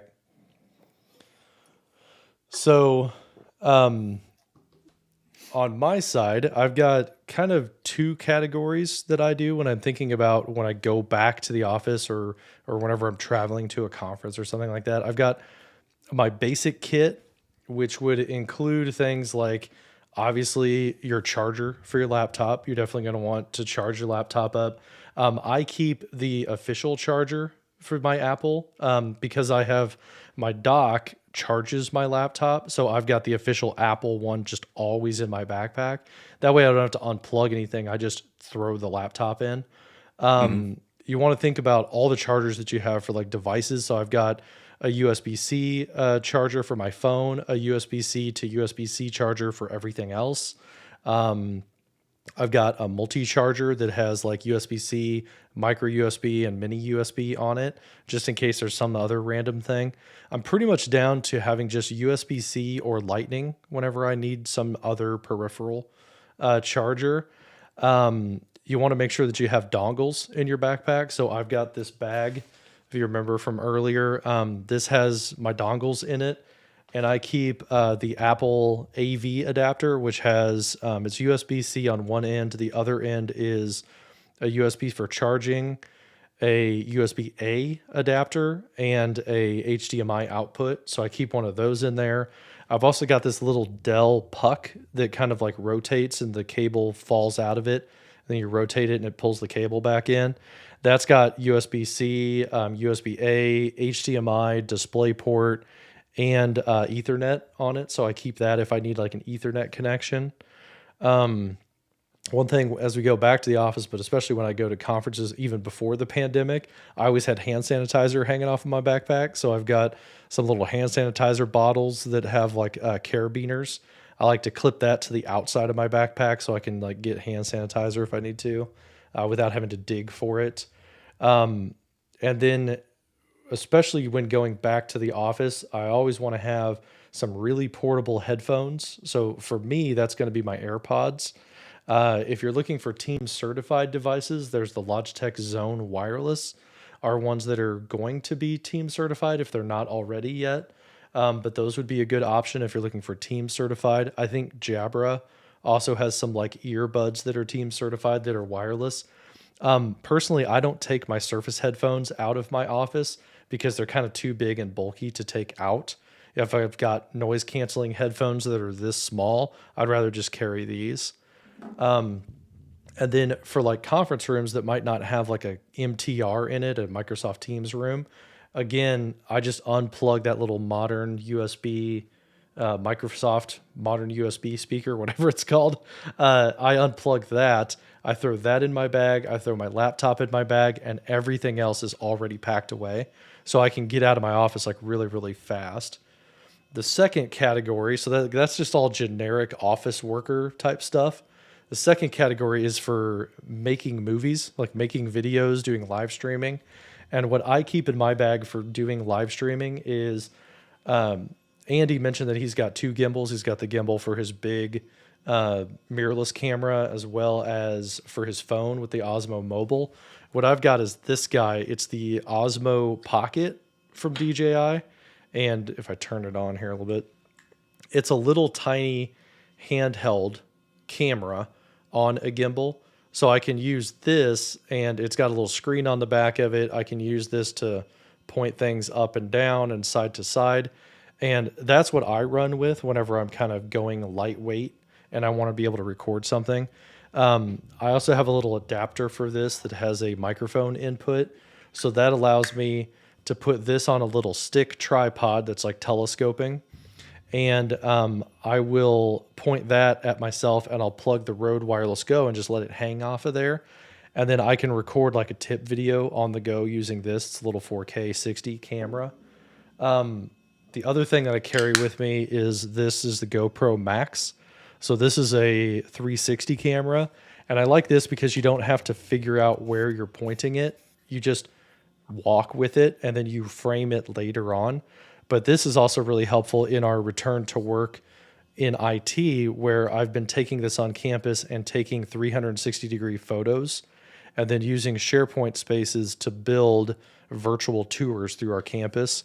So we can say, like, here's where this is, here's where that is, as people are coming back onto campus, en masse. So I don't carry my DSLR with me very often, or my mirrorless camera. What I carry the GoPro and the Osmo Pocket whenever I just have my backpack and I'm kind of going lightweight. The last thing that I would recommend, which is in my backpack, the last thing I would recommend that you have or look at for Black Friday is this from Small Rig. It's called a Magic Arm. And this thing is really handy. I have usually two of these in my backpack. And what this works for is you can clamp it onto all kinds of things. So if you've got a ledge or if you've got a table that you're working with, you can clamp it to the edge of something, loosen this up, and then you've got a 1/4 20 tripod mount everywhere that you go. So I can take that, I can mount the Osmo Pocket onto it with a little thread adapter that I've got, and then I can clamp that to like a handrail, and I can take a time lapse of the campus. I can clamp it onto a tabletop at the cafeteria, and I can record a video. It's just this like super tiny, compact camera mount that fits in your backpack, and they're like $12. And I've got probably 4 or 5 of these things floating around, but I always have 1 or 2 in my backpack at all times. And that's this little guy on this slide is the small rig magic arm is what it's called. It's like $12. I use that. I have a bunch of stuff clamped up on my desk as well for holding like webcams and stuff pointed at my whiteboard. I use a magic arm for that. So that's the last thing that I keep as like in my backpack, things that I would pick up while they're on sale. Are like these little mini cameras and mini tripods and stuff like that as well. Andy, anything else to add for like the back to office stuff as we think about coming back into hybrid work? Check out anchor.com. I have so many charging devices and hubs and cords and things from Anchor. Their stuff's always been really good for me, rock solid. They do make a small USB-C Apple Watch charger, which is great because like sometimes like if I'm on the go, I forget to charge my watch overnight or I wear it to bed, and then the next morning it's like I'm dying. They make this little USB-C adapter. You can just charge your watch right there off the side of your computer, which is absolutely awesome. Oh, nice. Their power bricks are really good. They got portable power bricks. They've got hubs for all the devices, and then they've got power strips and power supplies. I'm a huge fan of Anchor. I don't know what kind of sales they've got going on this week, but usually anything from them I've had really good experiences with. Looks like they got up to 35% off going on this week. They have a lot of hubs and stuff too. Yeah, they make a lot of different things, and then they've got some offshoot brands as well. Soundcore, Eufy, and Nebula. Soundcore is going to be their audio stuff. Eufy is going to be for some of their home things like vacuums and things like that. And then Nebula is like their projectors. Like they got a projector the size of a soda can, gives you a 1080p projection for the wall. But that's anything from Anchor. The Nebula Mars. It's like about this big. It's a little projector. We use that on the deck all the time to watch movies and stuff on our deck. Anchor makes awesome stuff. Yeah, big fan of their stuff. And I have a whole bunch of that stuff in my backpack right now, or geared up to get in my backpack here in the near future. Yeah, I have most of my USB cables are Anchor brand stuff. Yeah, and for me, it's high quality. It just lasts. So I've had really good results there. Cool. The last category I've got to kind of round us out is software. So usually I don't buy a lot of hardware on Black Friday and Cyber Monday because I usually buy it throughout the year. But Black Friday, Cyber Monday is a really good time to buy software that you've had your eye on, especially if it's like a subscription-based software, because you can get like 30% or 50% off on something that you've been paying like $10 for a month or $5 for a month. You could buy like a year of it at a discount on Black Friday. So some options, some of my favorite pieces of software are, we've already talked about Wavelink from Elgato. On the Rode side, where Andy uses for his microphone, is the Rode Connect software. So keep an eye out for microphones that support that software. But something that is a one-time purchase is Rogue Amoeba. They make software called Loopback, and it's pretty expensive normally. It's like $100 usually. But it does virtual audio routing without a special microphone to enable it. So you can just use any microphone and any audio software. They have a sale going on right now. It's 20% off. The coupon code is like, don't call it BFCM. Like, don't call it a Black Friday sale. It's just a sale is what they're calling it. But that's a really good piece of software if you're a Mac user. Ecamm Live, that's what we're using to live stream today. It's pretty expensive. It's like $40 a month for this software that we're using to do this live stream. But they typically will run a sale on Black Friday or Cyber Monday for like a discount off of an annual subscription. So that's something I'm keeping my eye out for. Instead of paying $400, maybe I can get it a little bit cheaper. The other thing that I use is Restream, the service called restream.io. A lot of our live streams until this one have been with Restream Studio. And for the basic Restream, it's like $12 a month, I think. And then it's like $40 a month for their Pro. That's another one of those ones I'm going to watch out for a Black Friday deal and try to snatch up a year of both of these for cheap. And then the things that I mentioned when I was talking about my Stream Deck are these other pieces of software. These are Mac specific. They're on the Mac App Store. This one is called Presentify. Is that what it's called, Andy? Yeah. The Presentify application. This allows you to annotate your screen. So you click a button on your Stream Deck or a hotkey on your keyboard, and then you can draw arrows pointing to stuff. You can highlight and circle things, and annotate whenever you're sharing your screen, especially in a Teams meeting. You can draw on your screen in the Teams screen sharing. The other things that I use are Cursor Pro. That's what this software is, where I've got this green circle over my cursor. This one I would pick up off the Mac App Store.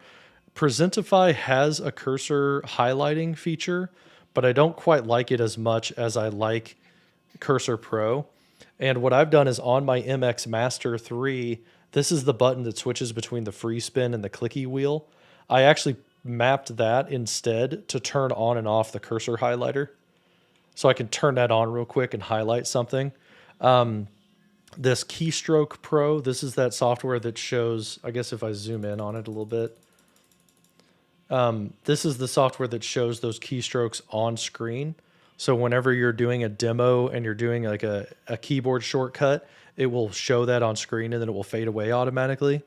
And then this one by the same developer is called Mirror Magnet.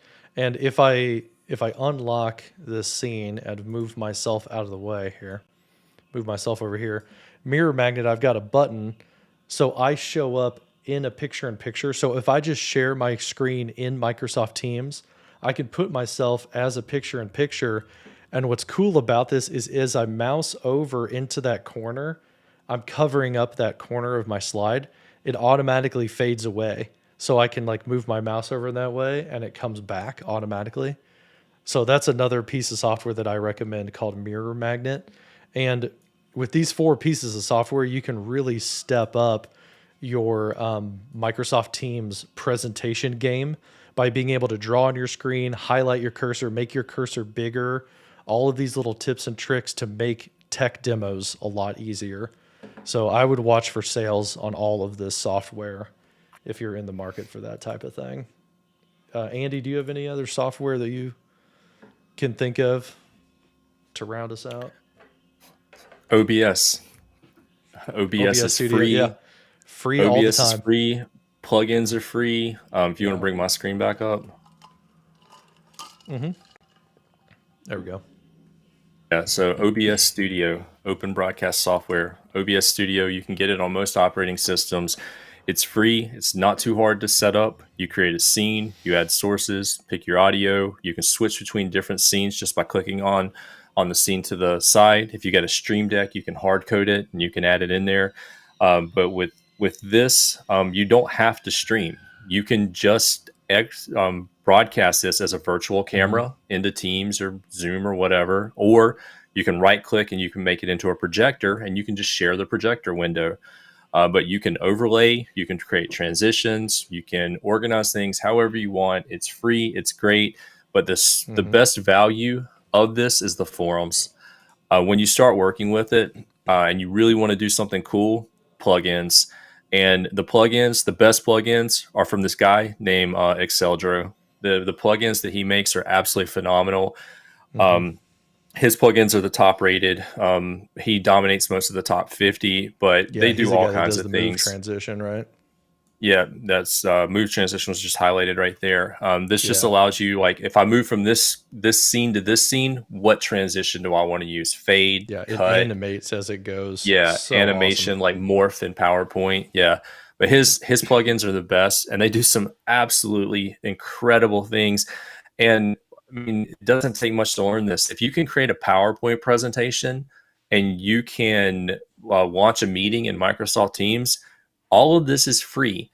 It's all open source from the community, and you Hmm. can implement this as part of your process, and you can do some really incredible things with it. So I'm a huge fan of it. I talk about it and use it all the time.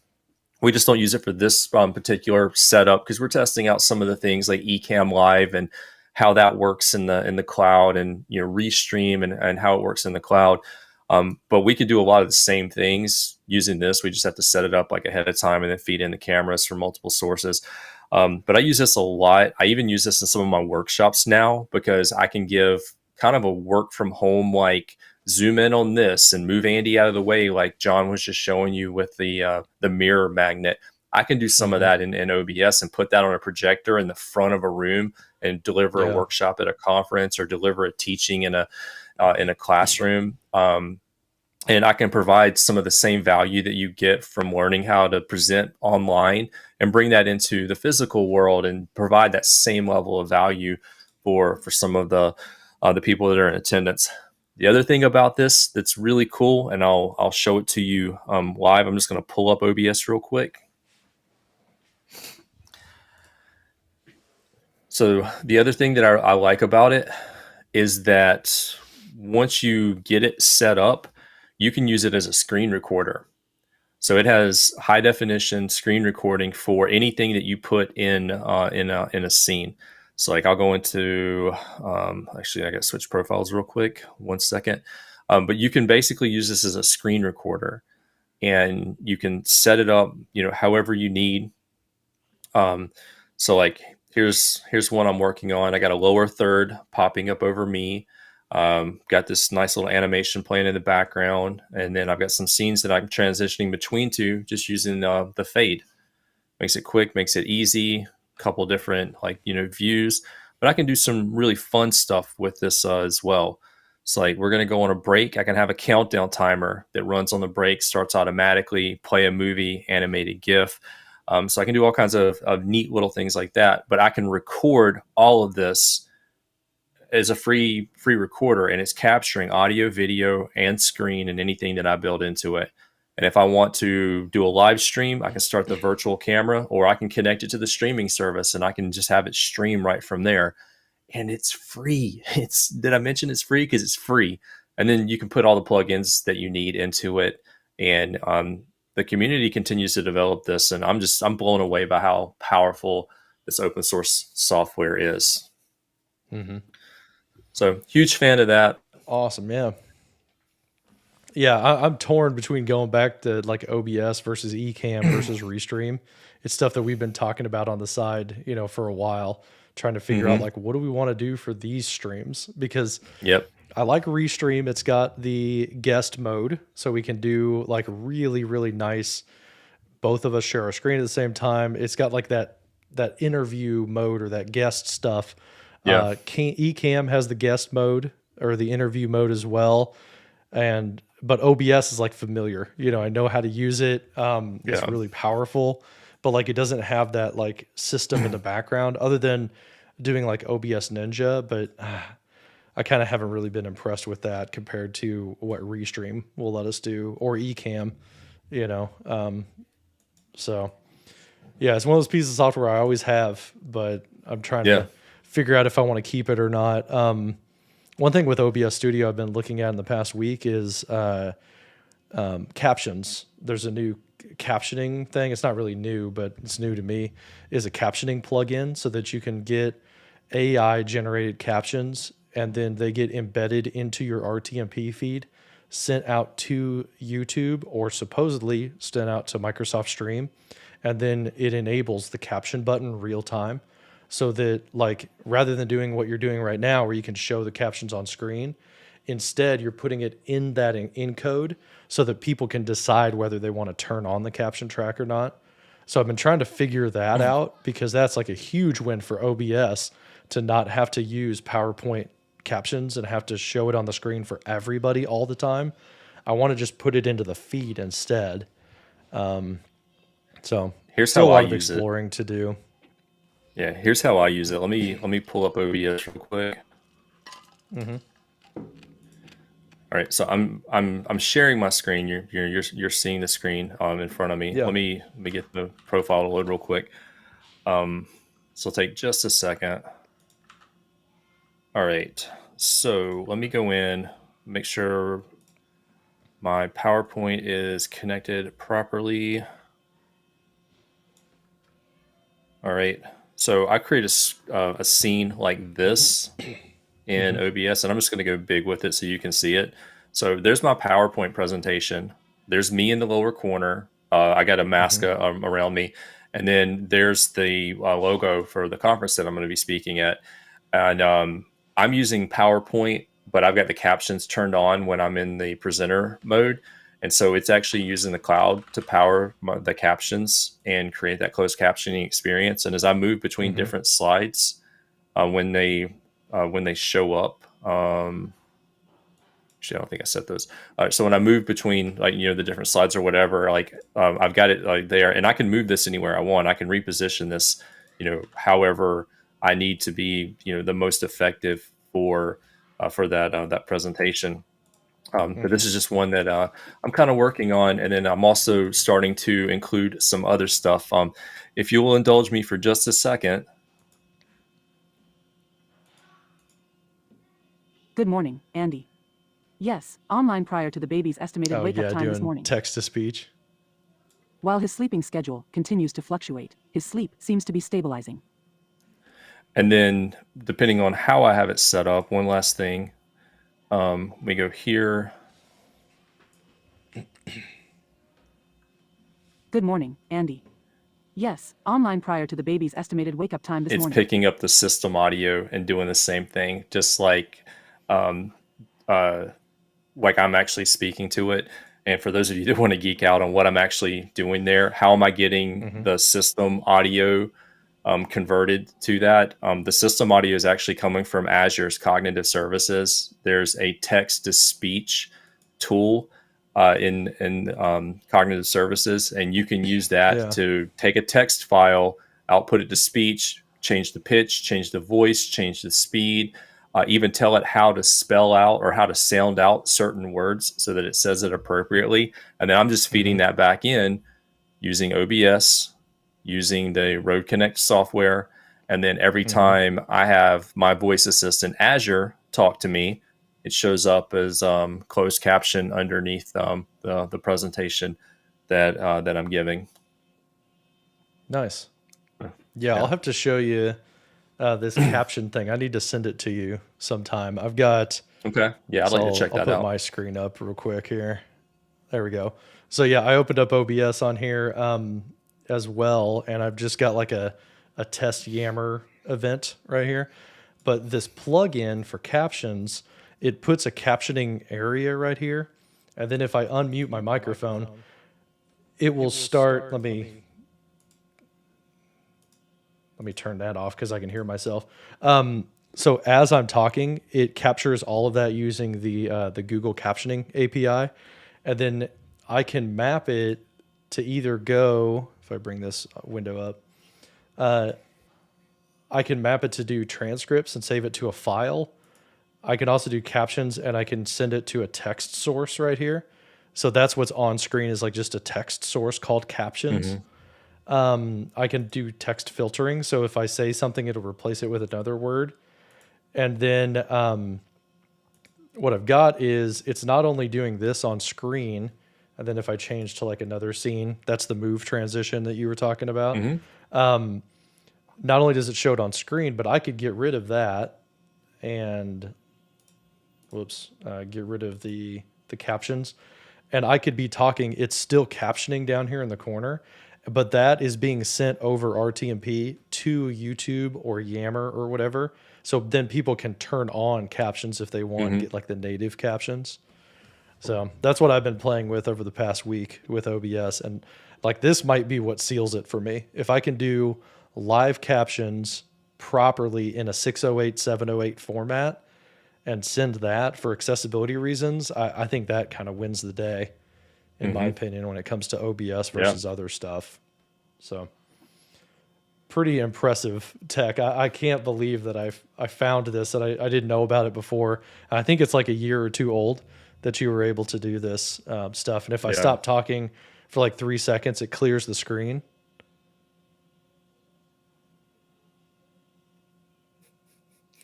There we go. So it clears it out, and you can like configure all of that. You can make it 15 seconds or 1 second if you want to, and it just clears out the text. But like, look how fast it's capturing that. It's insane. That's something I've been playing with lately.